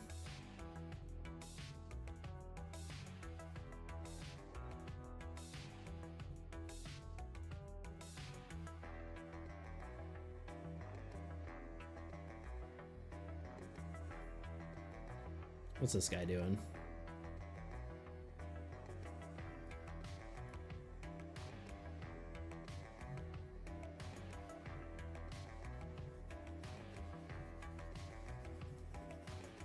This guy's like some VTuber guy, but you know what? We're gonna do it. We're gonna go for it.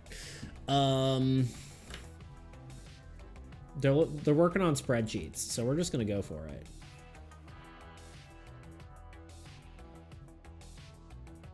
All right. All right, everyone. Thank you for joining me. I will be back. I might not be back on Friday. It's kind of a toss-up. My friend might be coming, and then so I might not be able to join or to come to words to stream. But if they don't, then I probably will be doing play testing with one of my other friends. So that is the deal.